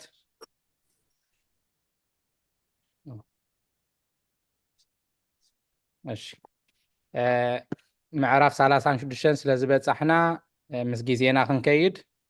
ኣብዚኣ ጠጠው ከነብል ኢና ንባብ እግዚኣብሔር ብሰላም መፅንሐና ኣብ ድቅፅል ዘሎ ሰሙን ምዕራፍ 36 ክንጅምር ኢና ካብዚ ቀፂልና መዝሙር ክህልወና እዩ መዝሙር ዝዝምር እንተሃልዩ ብፍላይ ቅድሚ ሕጂ ተሳቲፍና ወይ ዘሚርና ዘይንፈልጥ እንድሕር ኮይንና መድረክና ባኹም ማሕበር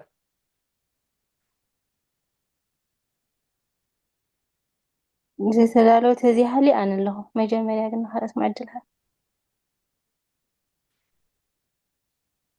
እሺ ሓፍትና ትምኒት እግዚኣብሔር ክብረት ይሃብኪ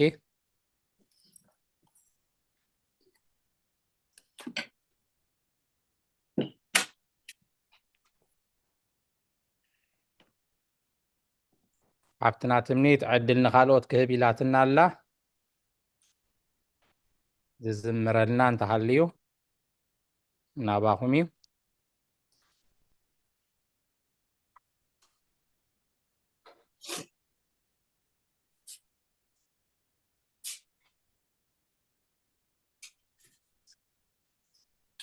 እሺ ዝዝምር ተደብልና ሓፍትና ትምኒት ናባኽ እዩ እግዚኣብሔር የብርሃልኪ ስም ኣብ ወልድን መንፈስ ቅዱስን ሓደ ኣምላክ ኣሜን እሙን እዩ ባኮትኩም እሙን እዩ ጓሳይ ኣዝዩ ዝሓልየለይ ካብ ማሰርተይ ፈቲሑ ዕዳይ ከፊሉለይ እሙን እዩ ጓሳይ ኣዝዩ ዝሓልየለይ ካብ ማሰርተይ ፈቲሑ ዕዳይ ከፊሉለይ መንገዲ ስሒተ ምስ ወደኩ ባይታ ኣብ ክንዳይ ሓሊፉ ተበጃዊ ጎይታ ኣነስ ረኺበ ነፍሰይ ዘዕርፈሉ ብጎይታ ተዳልዩ ጎደሎ ዘይብሉ ብጎይታ ተዳልዩ ጎደሎ ዘይብሉ እሙን እዩ ጓሳይ ኣዝዩ ዝሓልየለይ ካብ ማሰርተይ ፈቲሑ ዕዳይ ከፊሉለይ ካብ ማሰርተይ ፈቲሑ ዕዳይ ከፊሉለይ ንልቢ ዕረፍቲ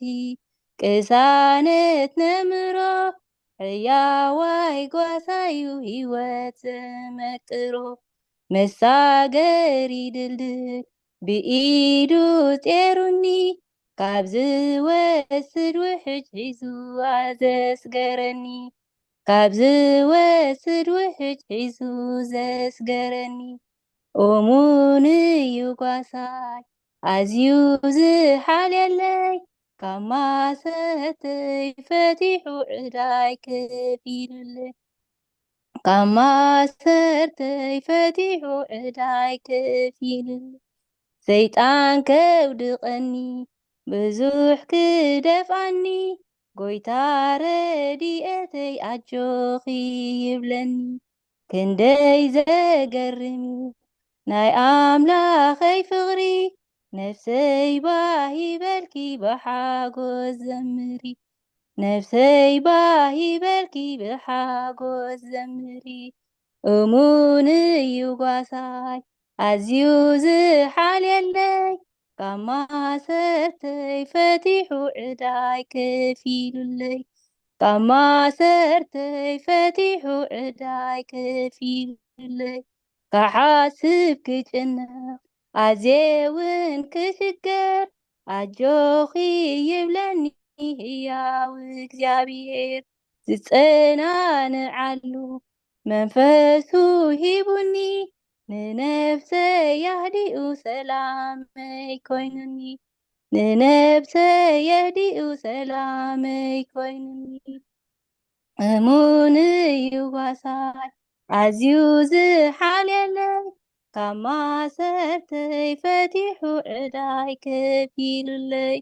ካብ ማሰርተይ ፈቲሑ ዕዳይ ከፊሉለይ ንዓይ ዝጐድለኒ ከቶ የብለይ ዝደልዮ ዘበለ ካብ ጎይታ ይስእን ኩሉን ብኩሉን እዩ ንዓይ ዝመርሐኒ ናቱ ብምዃነይ ኣዝዩ ባህ ይብለኒ ናቱ ብምዃነይ ኣዝዩ ባህ ይብለኒ እሙን እዩ ጓሳይ ኣዝዩ ዝሓልየለይ እሙን እዩ ጓሳይ ኣዝዩ ዝሓልየለይ ካብ ማሰርተይ ፈቲሑ ዕዳይ ከፊሉለይ ካብ ማሰርተይ ፈቲሑ ዕዳይ ከፊሉለይ እሙን እዩ ጓሳይ ኣዝዩ ዝሓልየለይ ካብ ማሰርተይ ፈቲሑ ዕዳይ ከፊሉለይ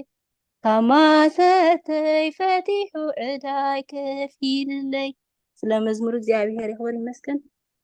ስለ ዝተዋሃበኒ ዕድል የመስግን። አገልግሎት ከባርኽ ዲያቆን ሓወይ ብሩኽ ምሽት ኩሎም ተሳታፊ ማለት ነው። ኣብትና ትምኒት እግዚአብሔር ፀጉ የብዛሓልኪ ጥዑም መዝሙር ኣስሚዕክና ኢኹሞ እግዚአብሔር ኣምላኽ ዝማሬ ናይ መላእኽቲ የስምዐኪ ኩሉ ግዜ ብመዝሙር ስለ እተገልግልና ድማ ኣምላኽ ኣዕዚዙ ይባርኽኪ። አሜን። ሓለፈ እያ አሜን። ኣስተንትኖ ኣብዛ መዝሙር እንተለና ኩላትና ሓሳብ ክንህብ። እሺ ማማ ሂወት ናባኺዩ መድረኽ እግዚአብሔር ክብረልና። ቴንኪዩ እምኒት ሓፍተይ ብጣዕሚ ጥዕምቲ መዝሙር ኣስሚዕኽና ኣምላኽ ይባርክ። ኣነ እንታይ ኣብታ መዝሙር ዳዊት 23 ካብ 1-6 ክገብራ ክብላ ኣይመስል ቁርብተይ ንውሕ ኢላ ኣላ ግን ምስኣት ትኸይድ ኮይና ከስተንትና ከለኹ ኩላ ኣብታት መዝሙር ዝገበረታ ትምኒት ሓፍትና ኣለዋ ብዙሕ ክስታይ መዝሙር ዳዊት ኦኬ 23 እግዚአብሔር ጓሳይ እዩ ዝጎድለኒ የብለይን ኣብ ልሙዕ ሻኻ የውዕለኒ ናብ ዘዕረፈ ማይ ይመርሓኒ ንሱ ንነፍሰይ የህድኣ ምእንቲ ስሙ ኢሉ ብመንገዲ ጽድቂ ይመርሓኒ በትርኻን ምርኩስካን የጽንዓኒ እዩ ንስኻ ምሳይ ኢኻ እሞ ብርባርባድነይ ሞት እኳ እንተ ኸድኩ ክፋእ ኣይፈርሕን እየ ንስኻ ኣብ ቅድሚ ገጽ ጸላእተይ መዓዲ ትሰርዓለይ ንርእሰይ ብዘይቲ ተለኽዮ ጽውዐይ يجربب الله بحق سهل محرة بكل عدمي كسعباني إيان عبيت إزقابير كا نزل عالم كنبر آمين مساعد خيد مستاذ بلد بدن بيخستاي قبرين كلتين بين تسمعنا نمو صبوك علي وتسمع لنا ماما هيوات آمين يكون تندانا ماما ترحس ايوه قال هي وتسمع لنا زي مرة ملعب تسمع لنا تميت حسنا دما مزمور داويت 7 شمونتن بقدر 50 كتن نهزبو قنا كما باقي عن قلوم عبرخاون كما قاسة مرحوم تمساعد خير كوسم آمين علي وتسمع لنا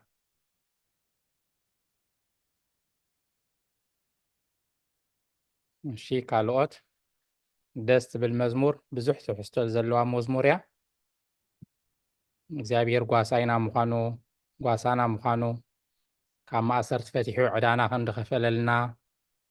መገዲ ስሒትና ምስ ወደቕና ከዓ ተበጅዩ ከም ዘድሓነና ንልብና ዓረፍቲ ምዃኑ ንእምሮና ቅሳነት ምዃኑ እንሳገረሉ ድልድል ምዃኑ ሰይጣን ከውድቐና ኢሉ ክደፍአና ኩሉ ከዓ ዝረድአናን ኣጆኹም ዝብለናን ምዃኑ ክንጭነቅ ክንሽገር ከለና ከዓ መንፈሱ ልኢኹ ዘጸናንዐናን ንነፍስና ዘህድእ ወሃብ ሰላምና ምዃኑ ኣብ መወዳእታ ከዓ እዚ ኩሉ ገባሪ ስለ ዝኾነ በቃ ዝጎድለና ምንም ከም ዘየለ እያ እታ መዝሙር ኣዝያ ደስ ትብል መዝሙር እያ እንደጊመ ሓፍትና ትምኒት ዝማሬ መላእክቲ የስምዓልና ማሕበር ድማ ኣስተንትኖ ናባኹም እዩ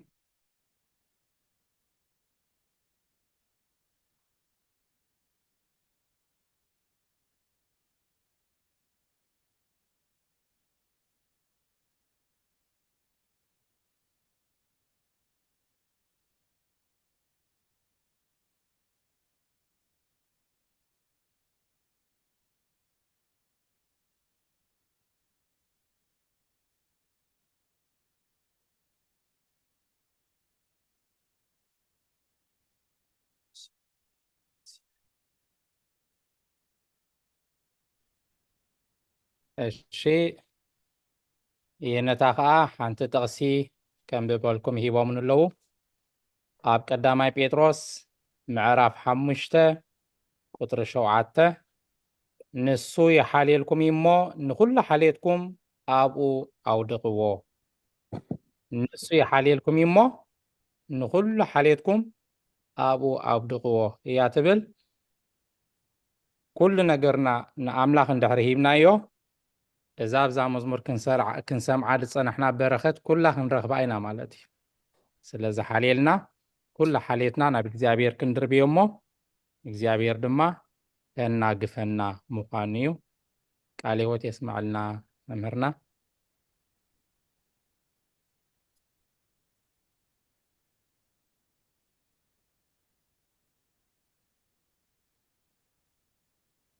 AB ትብል ደላ እንኳዕ ብሰላም መጻኹም ናይ መን ትኸውን እሺ ኣዴና ኣይነ ዓለም እንኳዕ ብሰላም መጻኽን እንኳዕ ብሰላም ፀናሕኹም ዲያቆነይ ብሩኽ መዓልቲ ብሩኽ ምሸት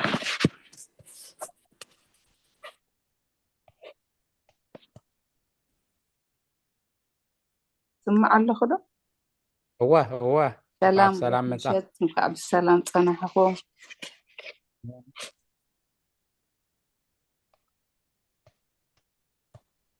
ዲያቆን ሓወይ ቃል ማዕልና ተዘመረ መዝሙር ከዓ ከም ጥዕም ጨና እግዚአብሔር ይቀበለልና ታጠቕሲ እኳ ሕልፍ ኢልሃኒ ንሓፍትና ሓንቲ ሂብካያ ነርካ ወዲ ሰብ ግና ርእሱ ዘፀጋዓልና እኳ ኣይነበሮን እየ ትብል ታጠቕሲ ክፅሕፋ ኢለስ ከይቋርፀካ ኢለ ከዓ ሰቂለ ኣብ ኣየ ደስተንት ነይረ እሞ እግዚኣብሔር ናይ ሰማይን ምድርን ፈጠረ ኣምላክ ምስ ተወልደ ይኹን ከይተወልደስ ኣብ ማህፀን ከሎ እዩ መፀገዒቱ ዘይነበረቶ ማለት እዩ ፀዲ እዩ ኣብ ፈቐዱ ማለት ሕጂ እንታይ ደ ሓስብ ነይረሲ ክርስቶስ ኣምላኽ ዘጸግዓሉ ስኢሉ ኣብ ዓለም ግን እቲ ፍጡር ዝተባህለ ማለት ዝተፈጠረ ሰብ ዝኾነ ዋላ እኳ ሽግር ይሃለዎ ደኣ እምበረይ ዋላ ሕጂ ንኣብነት ዝተወለዱ ገሊኦም ሰኣን ዘዕብዮም ኣብ መዕበይቲ ኣትዉ ወይ እውን ብኸርተት ኢልካስ ዝኾነ መደቀሲ ድዩ ወይ ገለስ ኣይትስእኒኻ ማለት እዩ እቲ ብሽግር ዝሓልፍ ዝበሃል ተወልደ ደበለ ኣምላኽና ግን ትኩሉ ሰማይ ምድርን ዝፈጠረሲ ስጋዕ ዝመውት ዋላ ሓንቲ ኣይነበረቶን እሱን ኣዲኡን ማለት እዩ ናተይ ድብሎስ ዋላ ሓደ የብል እቲ ኩሉ ዘለዎስ ናተይ ዝብሎ ዘይነበሮ ንሕና ግን ዋላ ብሽግር ዳ ንሕደት እምበረይ ኣብ ሓደ እዋንሲ ራህዋ ከም ዘለና ማለት እዩ ዋላ ብቤተሰብካ ምስኣን ድዩ ዋላ ብስደት ድዩ ዋላ ብሽግር ብጭንቅስ ግን መዕለቢ ዘይብሉ ሰብሲ የለን ማለት እዩ ኢለስ ይሓስብ ነይረ ከይተወልደ ከሎ ብሽግር ምስ ተወልደ ናተይ ድብሎ ዋላ ሓንቲ ከም ዘይነበሮ ንሕና ከዓ ሕጂ ናተይ ንብሎ ነገር ክህልወና የብሉ ኦፍኮርስ ኣብዚ ኣለና ፅቡቅ ገይሩ የብረና ኣሎ ግን ናህና ንብሎ ነገር ከዓ ዋላ ሓንቲ ክህልወ በጀካ ክርስቶስ ናህና ንብሎ ነገር ክህልወና ከም ዘይብሉ ብዓብዩ እንድዩ ግን ንሕናስ ኣብ ፅቡቅ እንዳነበርና ካብቲ ናብቲ እንዳጋየፅና ዘለዓለም እቲ ትምኒትና ዘይውዳእ ድልየት ክህልወና ማለት እዩ ከም ዝግበረልና እንዳበልና ካብቲ ዝሃበናስ እንዳተማጣጠርና ንኸይድ ማለት እዩ ልዕሊ እቲ ዘለና ኩሉ ግዜ ንትምነ ስለዚ በታ ዘላትና ዝተመስገን ክንብል ኣምላኽ ዝኣክል እኳ ቁርና ሰሓይታት ዝተወልደ ማንም ፍጡርሲ ማንም ሰብሲ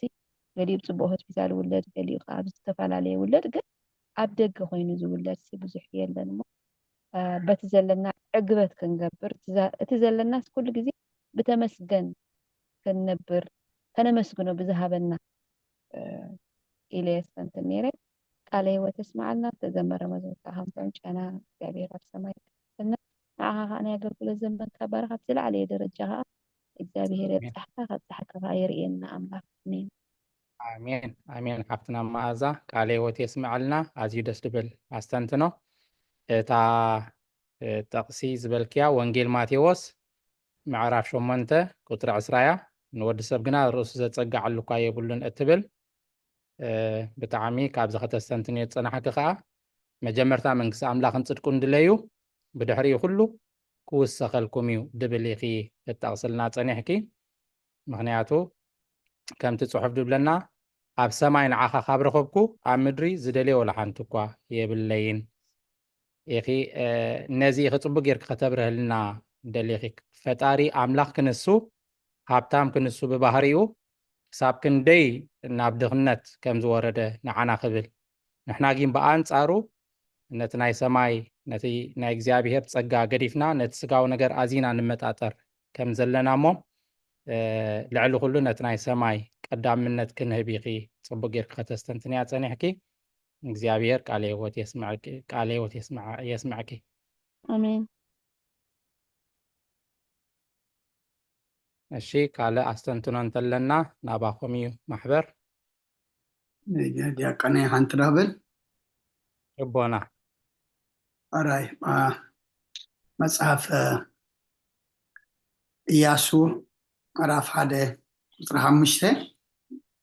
ሙሉእ ዕድሜኻ ዝቃወመካ ሰብ የለን ምስ መሲሕ ከም ዝነበርኩ ምሳኻ ድማ ክኸውን እየ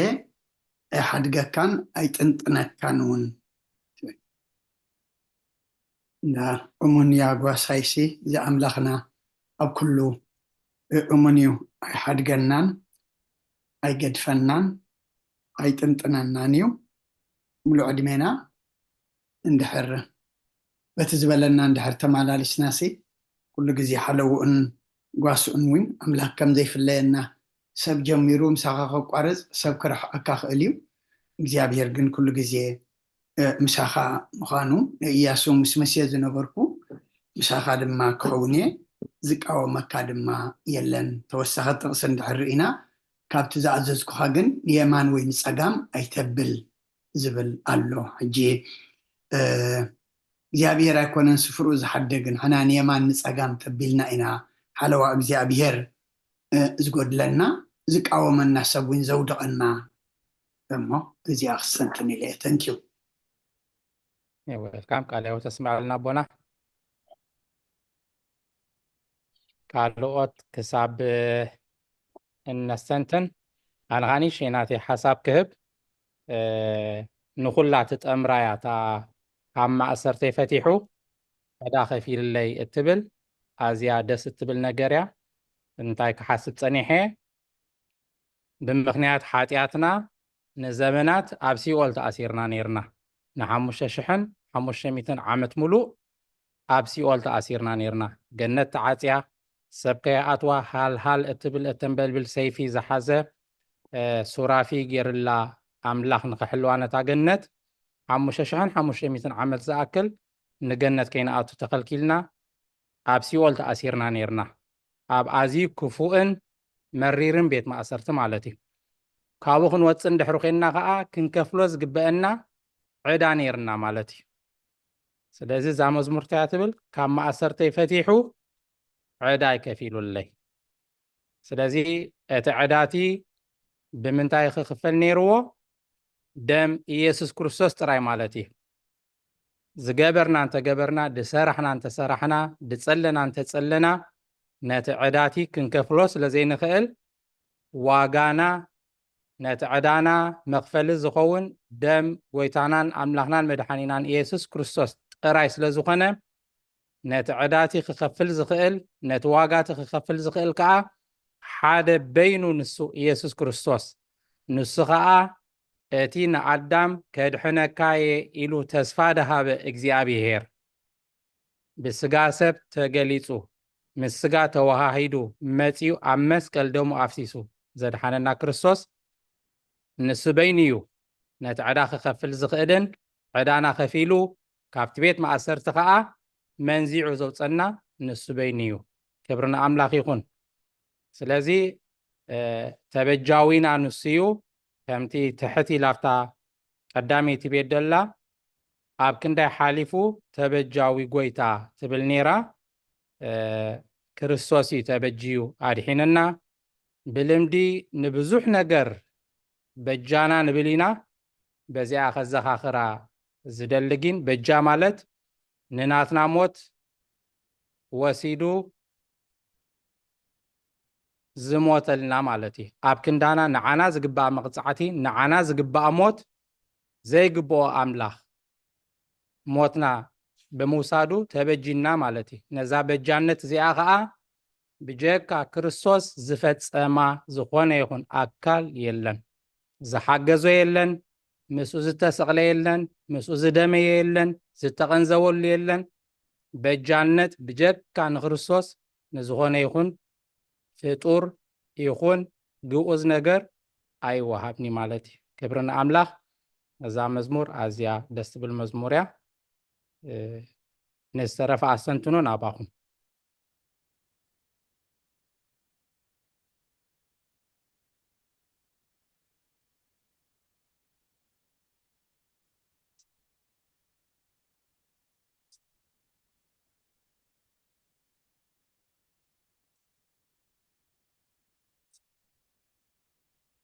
እሺ እምበኣር ናይዛ መዝሙር ኣስተንትኖ ከኣኽለና እዩ ኣብዚ ድፀንሐ ንባብን ምስኡ ዝኸይድ ጥቕስታት ናይ መፅሓፍ ቅዱስን ከነስተንትን ኢና ከም ፍቓድ እግዚኣብሔር መጀመርታ ዓድል ነቶም ዘየንበቡ ዶክተር ክፍላይ ብኦም ክጅመር እየ ኣስተንትኖ ናይዚ ሎሚ ዝነበረና ንባባት ናባኹም ከብለኩም ዶክተር ክፍላይ እንሻሃራይ ክብሪ ሃበለይ ቁፅሪ 27 28 እሺ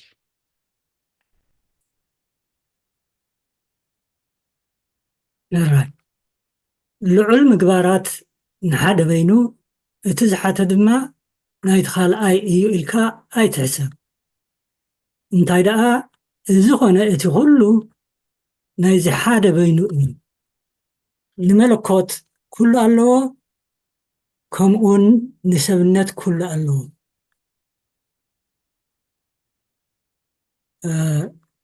ኣቦና حجزن خلي ما بزس من البات كل زملكوت يعتبر ذا بتناي جئز تخلونا ملكوت دخل محاشة بالبتنا تيارا تخوين جن تملكوتن تثبتنا اللوي بالمهرنا تأمرت اللو كم أون حمامات اللو حد السبينو بملكوت تأمرات يقدر بسبب نتدما مكرا يقدر أبزت فعل على يوانات ሃይማኖት አበው ስለምንታይ ከምንመሃር ተነጊሩናን ተገሊጹልናን እዩ መጽሐፍ ቅዱስ ብዝምልከት ትምህርት መጽሐፍ ቅዱስ ኣብ ዓርብ ክንመሃር ከለና ሓደ ምዕራፍ ኢና ንነብብ ኣብዚ ሃይማኖት አበውን መጽሐፍ ቅዱስ ዝዛርብ ሰብ እንተልዩ ካብኡ እንተዘይበዚሑ ዝንእስ ኣይነንብብን ኢና ግን እቲ ቀንዲ ምክንያት ሃይማኖትና እንታይ ከም ዝምህረናን ንኽንፈልጥ እሞ እምነትና ንኽነጽንዕ እዩ ዝሰሪዖምልና ቦታት ኣነ ክርስቲያን እየ ወይ ንሕና ክርስቲያን ኢና ክንብል እንከሎና እቲ ክርስቲያን ዝብል ቃል ሰዓቢ ወይ ኣማኒ ክርስቶስ ተባሂሉ እዩ ዝትርጎም እቲ ተኣምኖ ክርስቶስ መን እዩ ንዝብል ሕቶ ዝተፈላለየ መልሲ ክንህብ ንኽእል እቲ ሰብ ዝኾነ ኣምላኽ እቲ ኣብ ኣዴና ቅድስት ማርያም ከም ዝጽነስ ብገብርኤል መልኣኽ ዝተበሰረ እቲ ኣብ ቤትልሔም ኣብ መብልዕ ማል ዝዘቀሰ ህፃን እንተኾነ እኳ ሰራዊት ሰማይ ምስ መልኣኽ بمزمور زمسجنولون قاسوت نتي زتقلص اللهم زمسكرلون اتي أبيت لهم أمبل عمال زلك أسهسان انتخونكوا سبت باب هياب حيزوم توعيزوم زمسون زشقدلون بزعم السولو بزحات كالوت مجلسات نتي إن أمنو نأمن إن ملخون كنرئيو نخيل بزعبا زوم مجلس تات كنحس من كلنا خا بزعبا حدا يسوع كريستوس إنا نحس بنبر بزعبا حدا إزي كا إتي أين بلن سلازي إتي إن أمنو يسوع كريستوس بأملاخنتو بزح تأمرات نسجانا بملبسها بزح مكرا انت صغبكوا نسو كل غزي املاخنتون تسبتون ناتو زغونه حدا كريستوس ايو نحنا سبات كاب كالو فطور انفليو لحدا مخنيات مثاليه ناين حساب مسرعال مسلسالن مذكارن كالتيو نعمنت بغزي نسنتنا وي كالو غزي زغبرنايو كنذكر نخيل سراح نربتات نزخلو زوسن مخانو كم مفلات حالفنا أبز غزينا سبز سرحو فلتات artificial intelligence بتلفون كمبيوترن كالق مسارحن أما علا يبعلالو إذا خوينو ግና እዚ ሰብኣዊ ህያብ ብዛዕባኡ ዘይንግደሰሉ ኩሉ ግዜ ኸ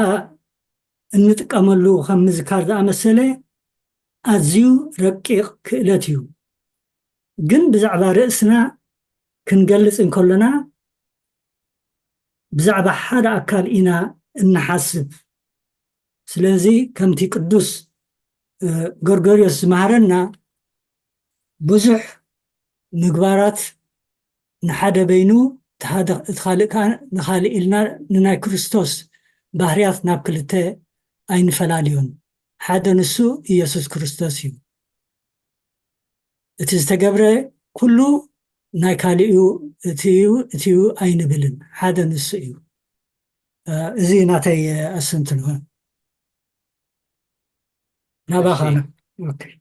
حيوت يسمع لنا دكتور تا كتنتصر زدلكما ወይ ክትእረም ድበልኩማ ብድጋሚ ከተብርህዋ ይቕሬታ أو كسع كنت تغساي كان جند تا أب عسران شوعة تندلا بوتو كل زملكوت وآدي بوتو كل ذات إثبات أبتي تقرينيا نملكوت كله إلى دلاس ادخلوا ناي ملكوت هم اون ادخلوا ناي تثبتس ناتيو وي السلو وذي إلو ديكون دترقوم إليه حاسبه اوكي صدقت حسابيا قال بغالا ترجم تخينا وخمسة دبلكما بوتو كله ذا ملكوت وآدي بوتو كله ذا تثبيت ادخلوا ناي ملكوت نتي سبنت علوه ادخلوا ناي سبنت كأن ملكوت علوه ديت بلدي أتا حسابكم أفتات قرنيا اتناي preposition مالسي نملكوت كله إلى مار اتن أبكند ناي زا ملكوت كل كلس ناي ملكوت يريد مثلا نيرا إليه هو حجي دحان زيادة دحان مهرنا خبر أو أنا نوم تزون ناي فتح أملون فتح سلزوخنا أوكي تا ترجمات تقرنيا جين ولا حنتي دبالا شو تناجر يلن نملكوت كل لو كمون نسبنت كل علوه عند حريلون تاي مالتي نملكوت كل لو تيلو تناي سجام اسم ملكوت بفتح موهادي زجلت نتسبنت دما كل لو عند حريلو كا مخناتهم اسم ملكوت سلستوها هذا سلزين نتعطل كا تناي ملكوت نجر كل لو نمبال عند حر خوينو كا تفتح موهادو مين مبالي مخناتو كم تاع علي لا الله العول تكبارات تتأمرات ديوتي نا أملاخ أو سرحنا تحدى بينو تزتحت نجر كا نتخلعي وينتصيل كا نتسجع غير كا تحاسبو خم ديبل كان تايدا إذا خونا أتي كله نايز حدا بيني مخنياتو حدا أملاخينا نبل توها هيدو كلتا بحر اللي وين بلنينا ويكان أكال بينو ملكوت بينو نتعطيلنا عين رئينينا ملكتون سجان بفتسم توهايدو حادث لزغنا كلنا تير بالدلو فتولو علم مقبارات ناتيو اتزتحت نقرات كا ناتيو مالتي اتي كم أملاخ تأمرات جيركا بمفواسن كالا أملاخ ملكوت أو سراحن ناتيو اتخمسب عم بالعمال مولادن مقنزاون مسقاين مماتن كا ناتيو نمبالي مالتي مغنياتو ملكوت ايموتنيو ملكوت جين موت بسغا نبل مالتي مسغا توهايدو نتناي سغا بحري بمولو ገንዘቡ ስለዝገበሮ ማለቲ صبوق مغلصي ثانك يو يا ترجمة بزح لو تدمصت ወይ بخونه ተባላሽዎ ነገር ዘሎ አይመስለንን زياده አይነታ صبوق مغلصي ثانك يو يا انيلي يو ويلكم نتا خبرهلنايم تمام سيهم كلهم حزب እግዚአብሔር دحن دمسيهم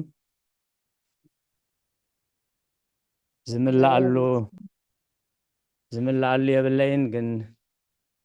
كساتف كابت برختكم دس لزبلني قال هيوت يسمع لنا حاونا دكتور كفلاي استنتنهم تا قدس بيت ክርስቲያን تار استي انت اتገልጸልናهم ተኸተስተንትን ወጸናهم እቲ ተዋሃደ ንብሎ ማለቲ ተዋሃደ ስጋ ለበሰ ወይ ሰብ ኮነ በበይነን ተዳኺነን ነቲ ምናልባት ኣብ ተኻለ ቋንቋ እንታይ ኢሎም ዝገልጽዎ እቲ ኢንካርኔሽን ኣብ ግዕዝ ተሰጋውነት ስግው ወልደ እግዚአብሔር ክብል ከሎ ካብ ዮሐንስ 1:14 እቲ ቃል ስጋ ኾነ ጸጋን ሓቅን መሊእዎ ኣባና ሓደረ ክብረቱ ድማ ከም ክብርና የተሓደ ወዲ ነብኡ ረአና ኮነ ኢሉ ሓደረ ክልቲአን ተኣሽሚአን ማለት ስለዚ ታ ተዋህዶ ንብሎ ድሕሪ ተሰጋውነቱ ቅዱስ ገብርኤል መልአኽ መንፈስ ቅዱስ ክወርደካ ሓይለ ልዑልከት ከጽለክ እቲ ኻባኽ ዝወለድካ ቅዱስ ወዲ ኣምላኽ ክብላ ከሎ እቲ ተዋህዶ ንብሎ መለኮትን እቲ ሰብኣውነትን ኣምላኽነትን ከመይሉ ተዋሃሂዱ ከመይሉ ዝወሃሃድ ሓውና ዲያቆን መሓሪ እውን ካባኹም ተቐቢሉ ጽቡቕ ገይሩ ገሊጽዎ እዩ ቅዱስ ቄርሎስ እንታይ ኢሉ ገሊጽዎ ዘሎ ውህደት መለኮትን ተስቢትን ልክዕ ውህደት ሓፂንን ሓውን ኢሉ ማለት ስለዚ እዚ ውህደት ሓፂንን ሓውን እቲ ሓፂን ኣብቲ ሓዊ ከኣቱ ከሎ ምስ ተሓዊ ይወሃሃድ እሞ መልክዕ ናይቲ ሓዊ ከዓ ይሕዝ ባህሪኡ ከይገደፈ ከዓ ባህሪ ናይቲ ሓዊ ይሕዝ ማለት እንታይ ማለት እዩ ባህሪኡ ከይገደፈ ሓፂን ተሪር እዩ ማለት እዩ ምስ ተሓዊ ክወሃድ ከሎ ግን ልምሉም ይኸውን ባህሪኡ ከይገደፈ ስለዚ እቲ ሓፂን ምስ ተሓዊ ምስ ረሰነ ነቲ ሓፂን ክትሃርሞ ከለኻ በቲ ናይቲ ሓዊ ውህደት ስለ ዝለምለመ እቲ ሓፂን ናብ ዝደለኻዮ ክትዓፃፀፍ ዝደለኻዮ ቅርፂ ከተውፃሉ ትኽእል ማለት እቲ ሓፂን በቲ ማሳ ክህረም ከሎ ግን ነቲ ተዋሂድዎ ሓዊ ዘሎ ክትንክፎ ኣይከኣልን እዩ ተዋሂድዎ ኣሎ ግን ረቂቕ ይብኡ ክትንከፍ ስለ ዘይከኣል ስለዚ ነቲ ውህደት መለኮትን ትስብእትን ክቐልፅ ከሎ ቅዱስ ቄርሎስ ናብኡ ገፅና ኢና ንኸይድ ዘለና ሕጂ ብዚ ሃይማኖት ኣበው ፅቡቅ ገይሩ ኣስፊሕ ይምፅዎ ኣሎ ነቲ ተዋህዶ ክንብል ከለና ኣምላኽ እዩ ክበሃል ከሎ ሓሚሙ ተሳቂዩ ሞይቱ ክብል ከሎ ብዙሓት ስለ ዝዳናገርዎ ኣምላኽ ደመውት እዩ ኣምላኽ ደይበልኩሞን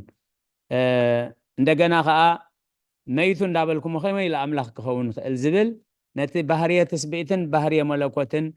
ንምውሃሃድ ብዙሓት ሰባት ስለ ዝፅጉሞም ኣቦታት ቅዱስ ቤተክርስትያን ከዓ ካብ ካልኣይ ክፍለ ዘበን ጀሚሮም ክሳብ ጉባኤ ኬልቄዶን ዝነበረ ክሳብ 451 ነዚ ስነ እምነትና ፅቡቅ ገይሮም ኣቐሚጦሞ ማለት እዩ ስለዚ ሕጂ ሓድሽ ትርጉም ስለ ዘይብልና ኣብ ብሉይ ይኹን ኣብ ሓድሽ ኪዳን እንታይ ተተርጊሙ እንታይ እዩ ትርጉሙ እንድሕር ኢልና ኣነ ከምዚ እየ ዝብሎ ከምዚ መስለኒ ዘይኮነስ ኣቦታት ቤተክርስትያን እዚ ኢሎም ተርጊሞሞ ንብል ማለት እዩ ስለዚ እታ ቦቱ ዘመለኮት ኩሉ ዘመለኮት ወቦቱ ለተስቢት ወኩሉ ዘተስቢት ቦቱ ለመለኮት ክብል ከሎ ስጋ ክቕንዘ ከሎ መለኮት ተዋሂድዎ ኣሎ መለኮት ኣብ ስጋ ክወሃድ ከሎ ከዓኒ እቲ ባህርየ መለኮት ኣይተለወጠን እዩ ምእንቲ እዚ ካብተን ናይ ኣብዚ ምዕራፍ ዝሒዝናዮ ዝፀናሕና ምናልባት ዘብከርኩም ወይ ዝሓለፈና ክህሉ ስለ ዝኽእል ኣብ ናይ ቅዱስ አትናቴዎስ ኢና ቅዱስ ጎርጎርዮስ ዘኒሱስ ሓዊ ቅዱስ ባሲልዮስ ይብል ማለት እዩ ንኩሎም ኣሕዋት ዘለዎም ከምኡ ኢሉ ይገልጾ ስለ ዘይኮነ ሓደ ካብቶም ኣቦታት መማህራን ስለ ዝኾነ እዩ ሓዊ ቅዱስ ባሲልዮስ ኢሉ ገሊፅዎ ኣብዛ ናይ ሎሚ 35 ምዕራፍ ኣብ 3 ክፍልታት ኣለዎ ማለት እዩ ቀዳማይ ክፍሊ ካብ ቁፅሪ 1 ክሳብ 12 ዘሎ እንታይ እዩ ትርጓሜ መሃልየ መሃሊ ናይ ሰሎሞን ኢሉ ማለት እዚ ናይ መሃልየ መሃሊ ናይ ሰሎሞን ብዛዕባ ዓለማዊ ፍቅሪ ብዛዕባ ፆታዊ ፍቅሪ ስለ ዝመስል ትርጉሙ እንታይ እዩ እቲ መልእኽቱ ብዛዕባ ነፍስን ስጋን ብዛዕባ ሰማያውን ምድራውን ብዛዕባ ኣምላኽን ሰብን ብዛዕባ ጽድቅን ሓጢኣትን ዓሚቕ ምትእስሳር ዘለዎ ነዚ እዩ ገሊፅልና ማለት እዩ ብተቀዳማይ ክፍሉ ማለት እዩ ኣብቲ ካልኣይ ክፍሊ ካብ ቁፅሪ 13 ክሳብ 28 ብዛዕባ ጥምቀት ጎይታ ኢየሱስ ክርስቶስ ንምንታይ ኣብ ባሕሪ ዮርዳኖስ ተጠሚቑ ንምንታይ ኣብ ትሕቲ ዮሃንስ ደኒኑ ስለምንታይ እዩ እግዚኣብሔር ኣቦ እዚ ዝፈትዎ ወደይ ንዑ ስምዕዎ ኢሉ መስኪሩ ስለምንታይ መንፈስ ቅዱስ ብኣምሳል ርግቢ ወሪዱ ነዚ ኩሉ ብዛዕባ ጥምቀቱ ገሊፅልና ማለት እዩ እታ ሳልሳይ ናብ ናይ ሎሚ ምሸት ኣተኪሩ ዝገለፀለካ ብዛዕባ መልእኽቲ ሃዋርያ ቅዱስ ጳውሎስ ናብ ሰብ ፊልጵስዩስ ብፍላይ ከዓ ደጋጊመን ክንበባ ዘምሰያ ምዕራፍ 2 ካብ 5 ክሳብ 11 ዘሎ ማለት እዩ ኣምላኽ ክንሱ ነቲ ማዕረ ኣምላኽ ምሙኻን ከም ምንዛዕ ኣይረኣዩን መልክዕ ባርያ ወሲዱ ከዓ ክሳብ ሞት ክሳብ መስቀል እኳ ደኣ ኣብ መስቀል ክሳብ ሞት እኳ ደኣ ኣብ መስቀል ተኣዘዘ ይብል እዚ ኩሉ ከውን ከሎ ግን ባህርየ መለኮት ኣይተለወጠን ነዚ ክብል እሞ ምናልባት ንኻልኦት ዕድል ክብል ሓውና ዶክተር ክፍላይ ቃል ህይወት የስማዓልና ኩላህና ከዓ ከምዝና ሓውና ዶክተር ክፍላይ ነቲ ቃል ኣምላኽ ግዜ ገርና ከነስተንትኖ ምክንያቱ ኣቦታት እንታይ ኣሚሎም ቃል ኣምላኽሲ ነቲ ዘፅንዖ የፅንዖ እዩ ድሕሪ ንቃል ኣምላኽ ከነፅንዖ ፈቲና ንሱ እዩ ዘፅናዓና ንዓና እሞ ስለ ቃላቱ እግዚኣብሔር ዝተመስገነ ይኹን ኣብዚ ናይ ሎሚ እንታይ ተማሂርና እንታይ ኣስተንቲና እንታይ ተረዲእና እንታይ ሕቶ ኣለና زبلت جزينا حساب قرب دقائق اللوانا نابحاونا دياقون محارة حلفكم الله يغني لي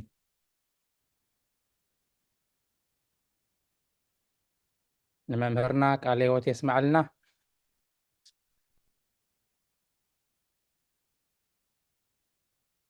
እሺ ናይ ሎሚ ኣዝዩ ምስጢራዊ ደስ ድብል ንባብ ስለ ዘንበብና ርግፅና ኩላትና ብዙሕ ኣሰንትኖ ኣለና። ገሊኹም ቀዳምነት ንምሃብ ኢኹም ስቂልኩም ዘለኹም። ሕጂ ነንእሽተይ ሓሳብኩም ክትቡ ደስ ድብል እዩ። ምውሃድ ናይ ስጋን ናይ መለኮትን ማዓርነት ናይ ስጋን ናይ መለኮትን ምውሃድ ይቕሬታ ብዛዕባ እዩ ሎሚ ንባባት ክንበበልና ውዒሉ።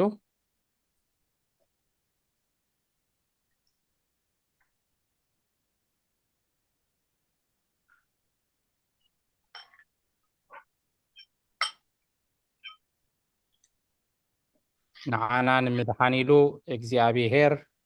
ብስጋ ተዋሂዱ ካብ ኩሉ ሰብ ዝደኸየ ምዃኑ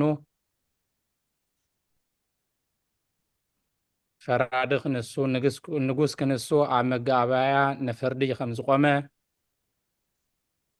ኣዝዩ ደስ ድብል ትምህርቲ ኢና ክንመሃር ኣምሲና ሎሚ እሞ ናባኹም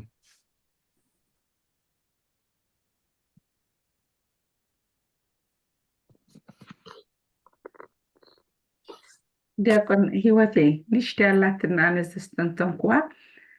ማማ ህይወት ሕጂ ካ ኣብ መርጌታ እውን ገልፅዋ ነይሮም ፅቡቅ ገይሮም ዋላ ዶክተር ክፍላይ ብጣዕሚ ቴንኪዩ ንመሃር ኣለና። ኣነኻ ንእሽተይ ከተሓሓዛ ደለኹስ ኣብዚ እዋን እዚ ከምኡ እንድም ዝብሉና ቦና ኩሉ ግዜ ንዓና ክንታይ እዩ እንዲና ንብል እቲ ትምህርቲ መፅሓፍ ቅዱስ ሕጂስ ንዓና እዩ እቲ ዝምህረና። ሕጂ ኣብታ ቁፅሪ 30 ሲ ነዚ ብኡ ዝኾነ እስከ ብልብኹም ሕሰቡ ጎይታና ኢየሱስ ክርስቶስ ኣርኣያ እግዚኣብሔር ክነሱ መልክዕ ባርያ ብምውሳዱ ከም ባርያ ርእሱ ብምትሓትን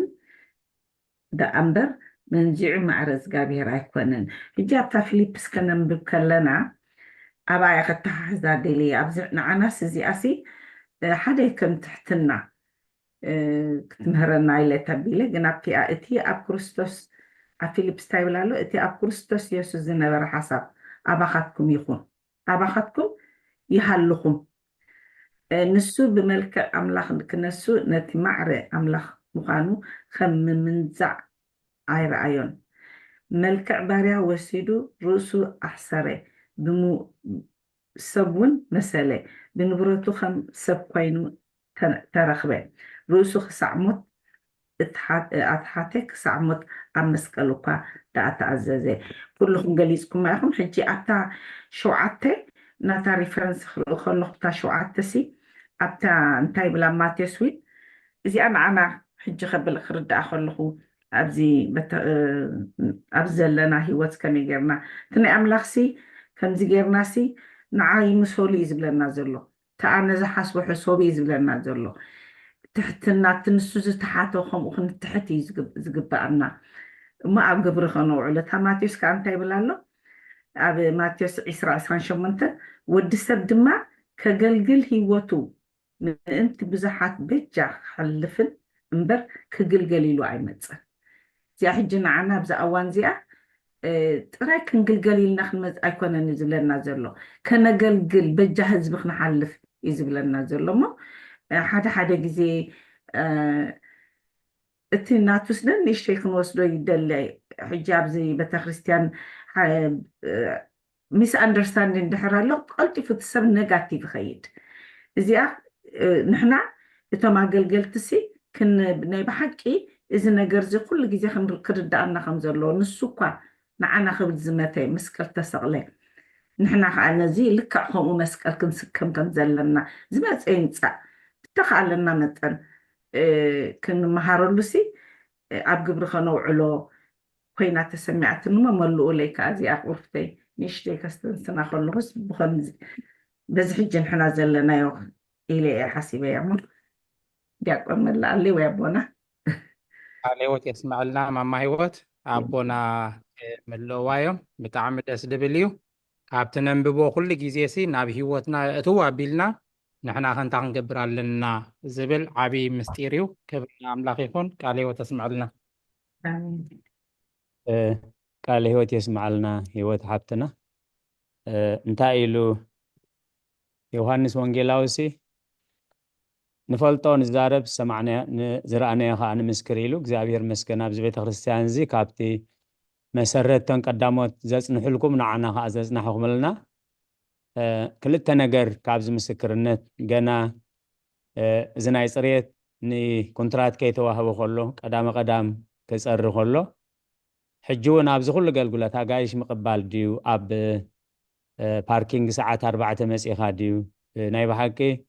ዋላ ኣብ ካልእ ስራሕቶም በላ ዓለማዊ ስራሕቶም ብዙሓት ዶክተራት ዘመሓድሩ ደቂ ቤተ ክርስቲያንና ፕሮፌሰራት ይኹኑ ዶክተራት ይኹኑ ኣብታ ግዜኦም ኣብ ናይ ፅሬት ግዜ መፂኦም ምሳና የፅርዩ ነይሮም ኣብታ ሰዓቶም ሕጂ እውን ኣብ ዝኾነ ግዜ ኣጋይሽ ኣብ ምቕባል ድዩ ኣብ ፓርኪንግ ድዩ ኣነ ከምዚ ሞያ እንዲ ዘለና ኣነ ኮብ ስርሐይ ከምዚ እኸይበሉ ብተግባር ስራሕ ምህላው ከምዚ ዓይነት ክርስቶሳዊ ሂወት ዘፅንሑልና ዘፅንሐኹምልና ንዓኹም ከኣቶም ዘፅንሕልኩም ኣሰሮ መጥለል እሞ ኣብዚ ቤተ ክርስቲያንና ይትግበር ኣሎ ዝያዳ ከዓ ክንቅፅሎ ከዓ ናይ እግዚኣብሔር ፍቃድ ይኹን እዚኣ ክምስክር ኢለ ቃለ ሕይወት የስማዓልና ሕይወት ሓፍትና ኣሜን ኣቦና ቃለ ሕይወት የስማዓልና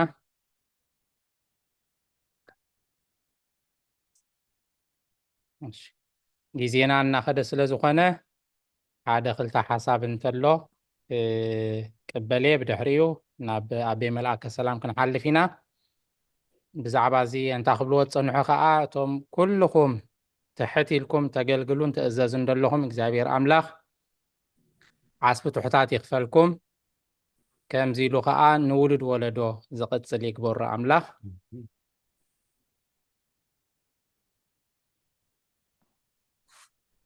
من قال هو تسمع لنا حنت حتى لهن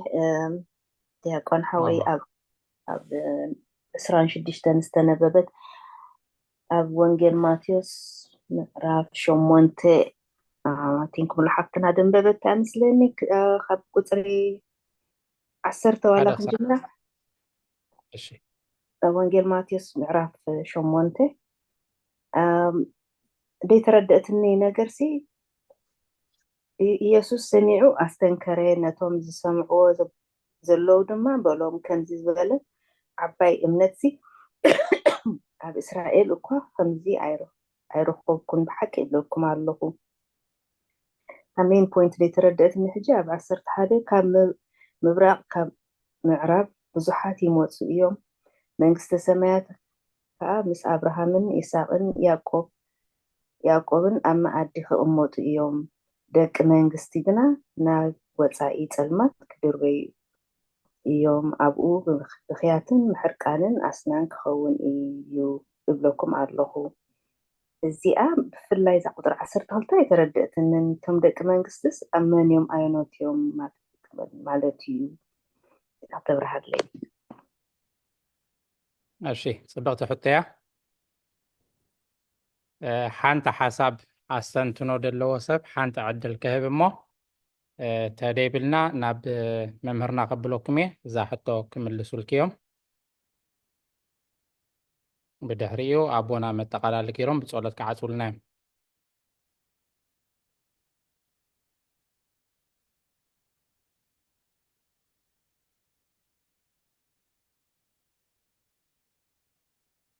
እሺ ዝኾነ ሓሳብ ተደይብልና ናብ መምህርና ከብለኩም እየ ነዛ ሕቶ ምስ መለሱልና ብድሕሪኡ መደብና ክንዓፁ ኢና በቦና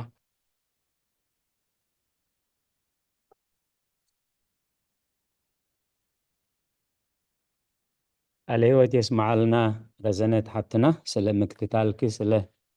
ኣስተንትኖኺ ብደቅኺ ተሓጎሲ ጎይታናን መድሓኒናን ኢየሱስ ክርስቶስ ነቶም ብእምነት ዝምክሑ ግን ኣብቲ እምነት ኣብ ሓቀኛ እምነት ዘየለው ብግብሮም ዝምክሑ ግብሪ ግን ዘይብሎም ንጎይታ ኢየሱስ ክርስቶስ ከዓ ከም መድሓኒን ከም ምጃውን ተበጃውን ዘይተቐበሉ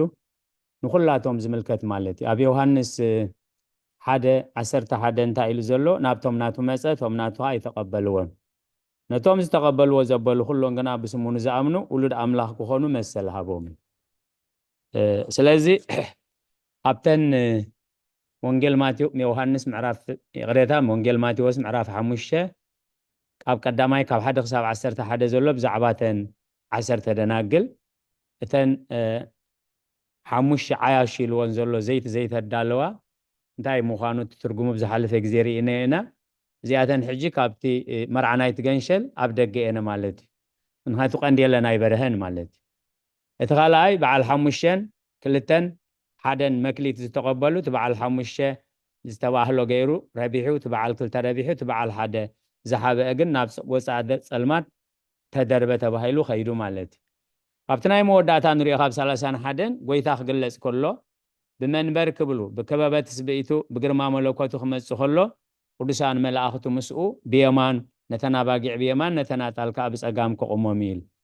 ስለዚ ቶም ደቂ መንግስቲ ዝበሃሉ ምስ አብርሃምን ይስሐቅን ያዕቆብን ዝረፍቁ ጠምየ ነይረ ዘብላዕኹምኒ ፀሚኤ ዘስተኹምኒ ዓሪቀ ዝተኸደንኩምኒ ጋሻ ኮይነ ዝተቐበልኩምኒ ሓዚነ ዝደበስኩምኒ ተኣሲረ ዝበፅሐኩምኒ ቶም 6 ቃላት ወንጌል ዝበሃሉ ማለት እዚኦም ቶም ምስ አብርሃምን ይስሐቅን ያዕቆብን ዝረፍቁ ክኾኑ ከለው እቶም ከምዚ ዘይገበሩ ከዓ ናብ ወፃኢ ፀልማት ክድርበዮም ኢሉ ስለዚ ቶም ደቂ መንግስቲ ተባሂሎም ዘለው ብእምነት ካብ እግዚአብሔር ኮይኖም ብፀጋ ጥምቀት ተወሊዶም ሓደ ግን ግብሪ እምነት ዘይገበሩ ማለት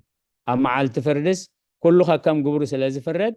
ነታ መንግስቲ ኣምላኽ ትበቅዕ ፍረ ዘይገበሩ ዘበሉ ኩሎም እዚኣቶም እዮም ሕጂ ናብቲ ወፃኢ ፀልማት ክድርበዮም ተባሂሎም ዘለው ካብ ብዙሕ ብሂደት ካብ ነዊሕ ብሓፂር ነዚ መስል በሪህ ይኸውን ተስፋ ገብር ደጊመ ሓብትና ረዘነት ቃል ህይወት የስማዓልና በሪሁ ቦና ቃል ህይወት የስማዓልና አሜን በሪሃ አሜን ቃል ህይወት የስማዓልና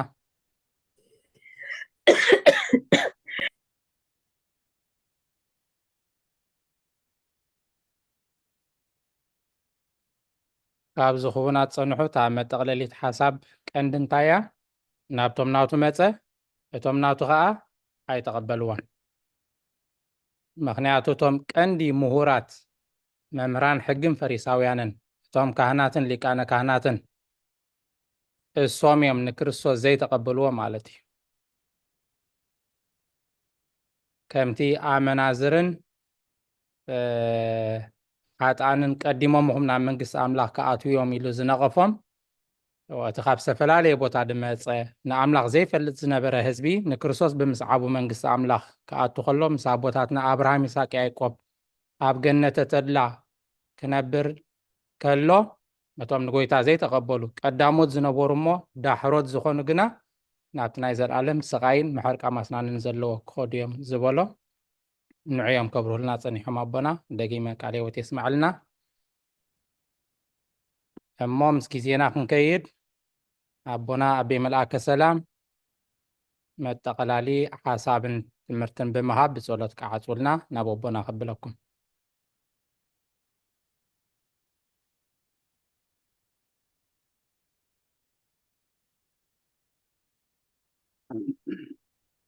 ኣራይ ኩልኹም ከመይ ምሲኹም ከመይ ውዒልኩም ኣቡና ዲያቆን መሓሪ ከምኡውን ኣቦና ኣበይ መርጌታ ቃል ህይወት ስማዓልና ዘመርክ መዝሙር ካብትና ትምኒት እውን ከምኡ ዝማሬ መላእኽቲ የስማዓልና እቶም ኩልኹም እቲ ተዋህበኩም ጥቕሲ እናንበብኩም ካብቲ ክንምሃሮ ዘምሰና ናይ ቅዱስ ጎርጎርዮስ ሃይማኖት ኣበው ዝፀሓፈውን ተረዳእኩም ዘስተንተንኩሞ ክትገልፁ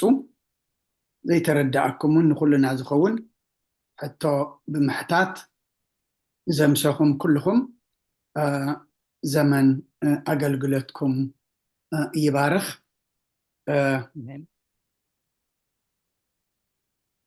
እታ ናይ 35 ምዕራፍ መወዳእታ እታ 34 እንድያ ክሪኣ ከለኹታ 34 سي نتفرادي ناب أداباي فردي أبصحوه اتنقص كل حيلتات السمايات أبيد حتان أتوي اتوهاب يودما بسقا موتين إذا خلص واغانا مخاني إيه كستنتن صنيحين كابتي كنفتر كلنا زتخفل لنا واغاسي مش ودقنا ناب نبر كنملس زتخفل لنا واغا يعبي نتفرادي ناب أداباي فردي أبصحوه اتخفرر زقبؤه اتفرادي كفرد ناب أداباي زبصحه اتزتفرد بزعبا مني زفرد نيرودي أي نبرون نحنا خنفرد زقبأ الناقل اتفراداي أب أداباي فردي نحنا خنفرد زقبأنا نسو انتاي كوينو أب كندانا أفردي دو إللنا اتنقص كله حيلتات سمايات دما أب إيد حتان أتوي حدا نقصني هانت هاجر ندحر كوينو نايت هاجر تراحي نقص إذن نقص كله حيلتات سمايات يزبل دلو إتي ناي كله ناي مدري نقص أيكونن زبلو زلو ناي كله حيلتات سمايات منياتو ناي سماي نقص حدا إيماني سلما كروسوسي إتي ناي كله حيلتات سمايات نقصي أب إيد حتان أتوي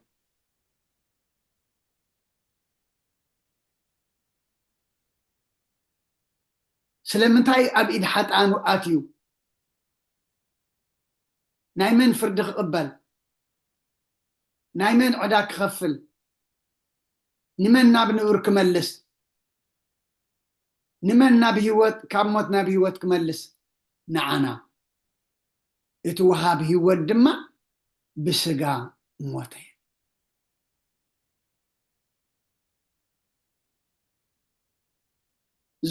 ميت هيوت زغنة مني كرسس طرح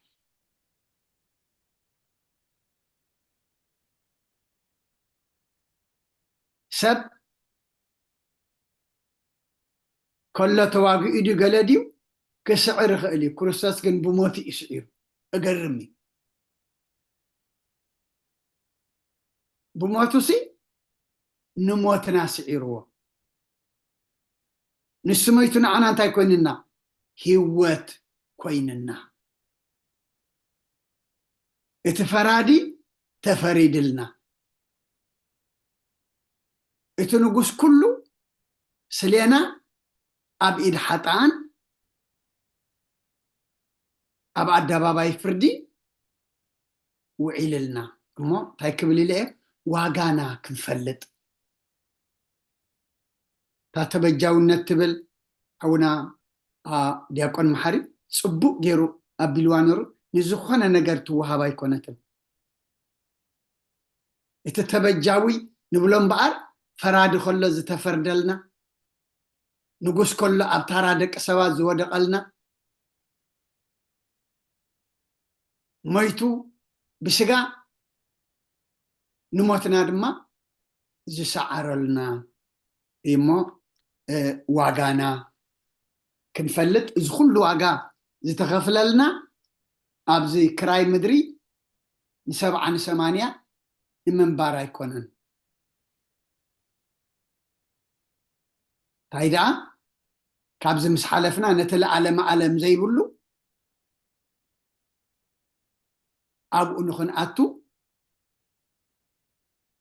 ኣብኡ ድማ መሰል ክህልወና እሞ ብከምዚ ተረዲእና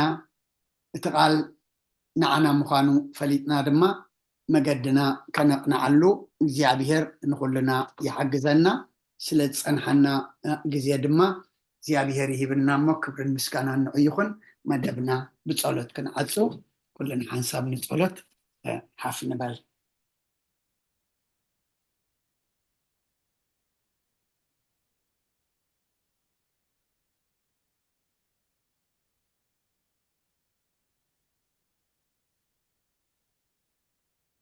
እንት ሰላም ዝፅለ ፀሎት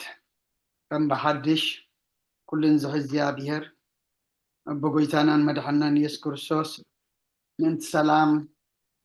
ዝሓንትን ልዕሊ ኩሉ ዝኾነት ቅዱስ ቤተክርስትያን ንልምና ኣለና ኣብ ልዕሊ ህዝብን ምእመናንን ብዙሕ ሰላም ክህብ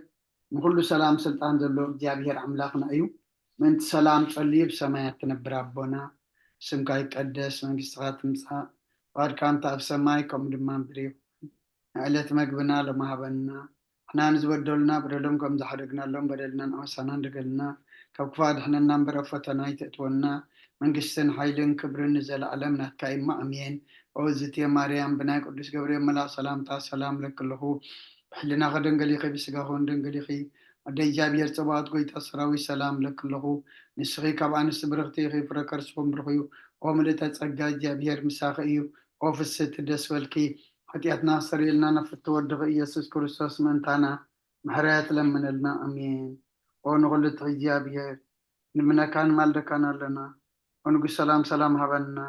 كل يبقى غم أو جابيرات رينا سقا خونا فصلنا جكان فالطبعار أملاخي بنا كل اسم كان سمن نسوعنا لنا أفسا ما يزال خنسخة سلام كعبل نفسي كلنا عدل أبزع على من أنوارنا مسلام حلو كل مرات نسوي سلطان بقول اسم كا سلام حبهم أبزريانا نزلوا مكان تعذاب كأم خرها أما تاونا نمصانا نزلوا قراوتنا بكل سلام حلوهم بودون بعنعن ويتكنا يوتكنا برن كل سنة يعملوا خدمان أغاني جابير بنفراغ بياونك نكبل بكرساس مسؤولس منفت كل سنة مسكانا صناعة بوزل لك على من كل سعن زل علم أمين حر أملاخ محرنا يغرب على أملاخ ربللنا ساعات ليتي معلت زبارك لنا كل سنة جابير أملاخنا ساعات ذا مش دي أن ساعات ذا ليتي دي عندما بارك لنا سلت كل صنحنا جزيء نمسكنك نتتمهرنا يرم أملاخنا نفسغن أدقلو نفس ما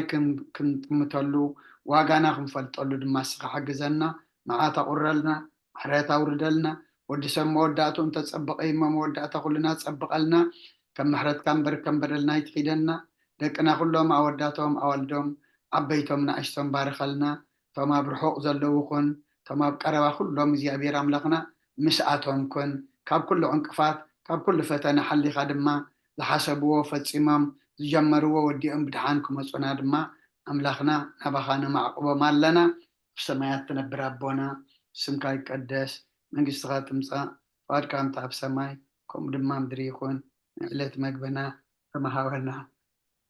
هاد بدلنا بلا كنت حلقا بدلنا أوسانا دقلنا أكفاد احنا النمبر فتنا يتأتونا من قسن حيلن كبرن نزل علمنات كإما أمين أوزت يا مريم بناي قدس جبريل ملا سلام تا سلام لك له حلنا خدن قليخي بسقاهون دن قليخي أدي جابير تواعد قويتا سراوي سلام لك له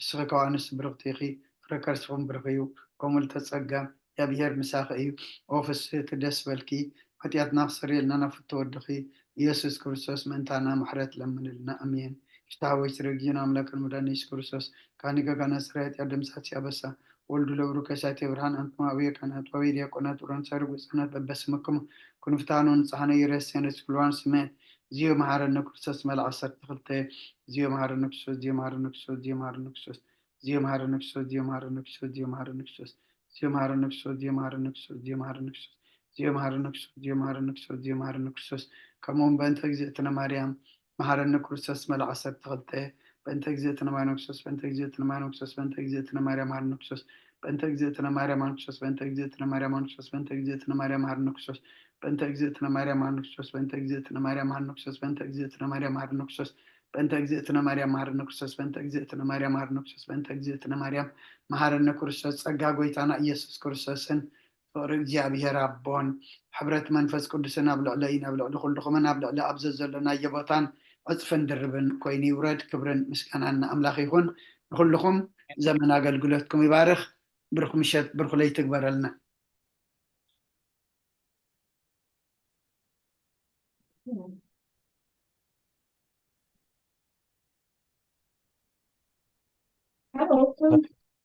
እግዚአብሔር ነቲ ቅድስት ቤተክርስቲያን ትህቦ ኣገልግሎት ብኣንቃ ድዎን ብጥባትን ክትከታተልዎ ዘምሰኹም እቲ ብሕቡእ ዝርኢ እግዚአብሔር ሴተ ጻድቃን ኣስበተ ሁታን ይኽፈልኩም ከምቲ ክሳብ ሰዓት ዝብድሓነ ሰላም ዓቂቡ በዚ ቅዱስ ኣገልግሎት ጀሚርና ክንውድእ ዝረዳእና ከዓ ንዝመጽእ ግዜ ብድሓነ ሰላም ዓቂቡ ብቅዱስ ኣገልግሎት ክንራኸብ ናይ እግዚአብሔር ቅዱስ ፍቃድ ይኹነልና ቶም ለይትኹም ለይትና ዝኾነ ሰላም ለይቲ ቶም መዓልትኹም ዝኾነ ከዓ ብሩኽ መዓልቲ ብሰላም ይራኽበና አሜን ቃል ህይወት ይስማዕልና ቦታትና ቴንኪዩ ፅቡቅ ተማሂርና ድሓን ሕደሩ ኩልኩም ቃል ህይወት ይስማዕልና ቦታትና ኩልኩም ያብን ሓውና ከዓ እግዚአብሔር መልሱ ኣገልግሎት ዘመንካ ይባል ኣብቲ ልዕሊ ዝበለ ብጃሃ ይትሕካ ሰናይ ምሸት ኣቦና አሜን አሜን መዓዛ ቅዱሳን ሓብትና ንኩላህና ብሩኽ ምሸት ቃል ህይወት ይስማዕልና ቴንክ ዩ ኩላህና أنا بيتروس غولي فاميلي آمين آمين ما نشهد في خلا خبللناها ما نستفيد كل خطبة على الأخيني ها سوء خلوم من جهة كمان هلا سمعك تقول لي أنا كما يعلمكم عم جهة سمعناش حتى نخمي كني خد حند غني بوك دابر مسكن كم لهم صراحة بقى أخم قال لهم سولسون عرب نسني زي تحيزاتنا يرداني تساقم يلن لبنا قن مسافومين يامن هو مسامعين على يوتيوب كوات حلالة فنسمعونا طبق حراك زابير مسكين زابير مسكين نسينا هاني حراك اوكي حراك لازم نبرنا ቀጽላ ዴና መምህር ሰላ እግዚአብሔር ተመስገን ስለዚህ ነበረና ናይ ትምህርቲ ጊዜ እግዚአብሔር ዝተመስገነ ይኹን ቃለ ህይወት የስማዓልና ብሩኽ ለይቲ አሜን እግዚአብሔር ተመስገነ ይኹን ንኩላህና ቃለ ህይወት የስማዓልና ለዋም ለይቲ ከዓ ንኩላህና ይግበረልና አሜን ቃለ ህይወት የስማዓልና አለበልኩም ይባረክ አባታትና መምህር ተምኒ ተሓትና ንኩላህና ቃለ ህይወት የስማዓልና ዘበና ናይ ኩላህና ዘበና አገልግሎት ይባርክ ቃለ ህይወት የስማዓልና ብሩኽ ለይቲ ኩልኩም ስድራቤት አሜን ኣብትና ደዘነት ንኩላህና ቃለ ህይወት የስማዓልና ሰብ ኩላህና ለዋም ለይቲ ይግበረልና አሜን ቃለ ህይወት አልና ቦና ነታን እሽተን ሰላም ተፈልኩ አና ከአምሳካ ቃለ ህይወት የስማዓልና ቅንያ ትግበረልና الله سبحانه وتعالى إن علم عدنا إلسابيت نقع سلاماتك نقع دمسخنا اسمعنا برخليت عدنا إن علم زمنا قلقلت كني بارك زابير نخلها نقال هيوت يسمع لنا آمين تاجرتنا يا متقرشة يا بس إحنا تبركت نكرت له سمعنا أي تسفى أملاخي نتم حنت ساعات السرح وقامت مع الكتغ ساعات السرح وقاسغ السلام هو نفساتهم يغصرنا أملاخ تقرنا أملاخ يكونا قلقلتكم يبارك آمين هياوي قال بسم عسس كي خاطو أخت أرثريتا تخافرتي لإيه تكمان قد خم قلن ده هنا بقى هنسأله جنبي هنسأل يركب يرداني حتى ساعتنا متينا خنتكافل أملاخي حفظنا ساعات يستفى آمين آمين الله يبارك ليتي قلقلتكم يباركم كلكم أبوتاتنا دياقنا بوتاتنا كلكم آمين آمين لوام ليتي نقول لنا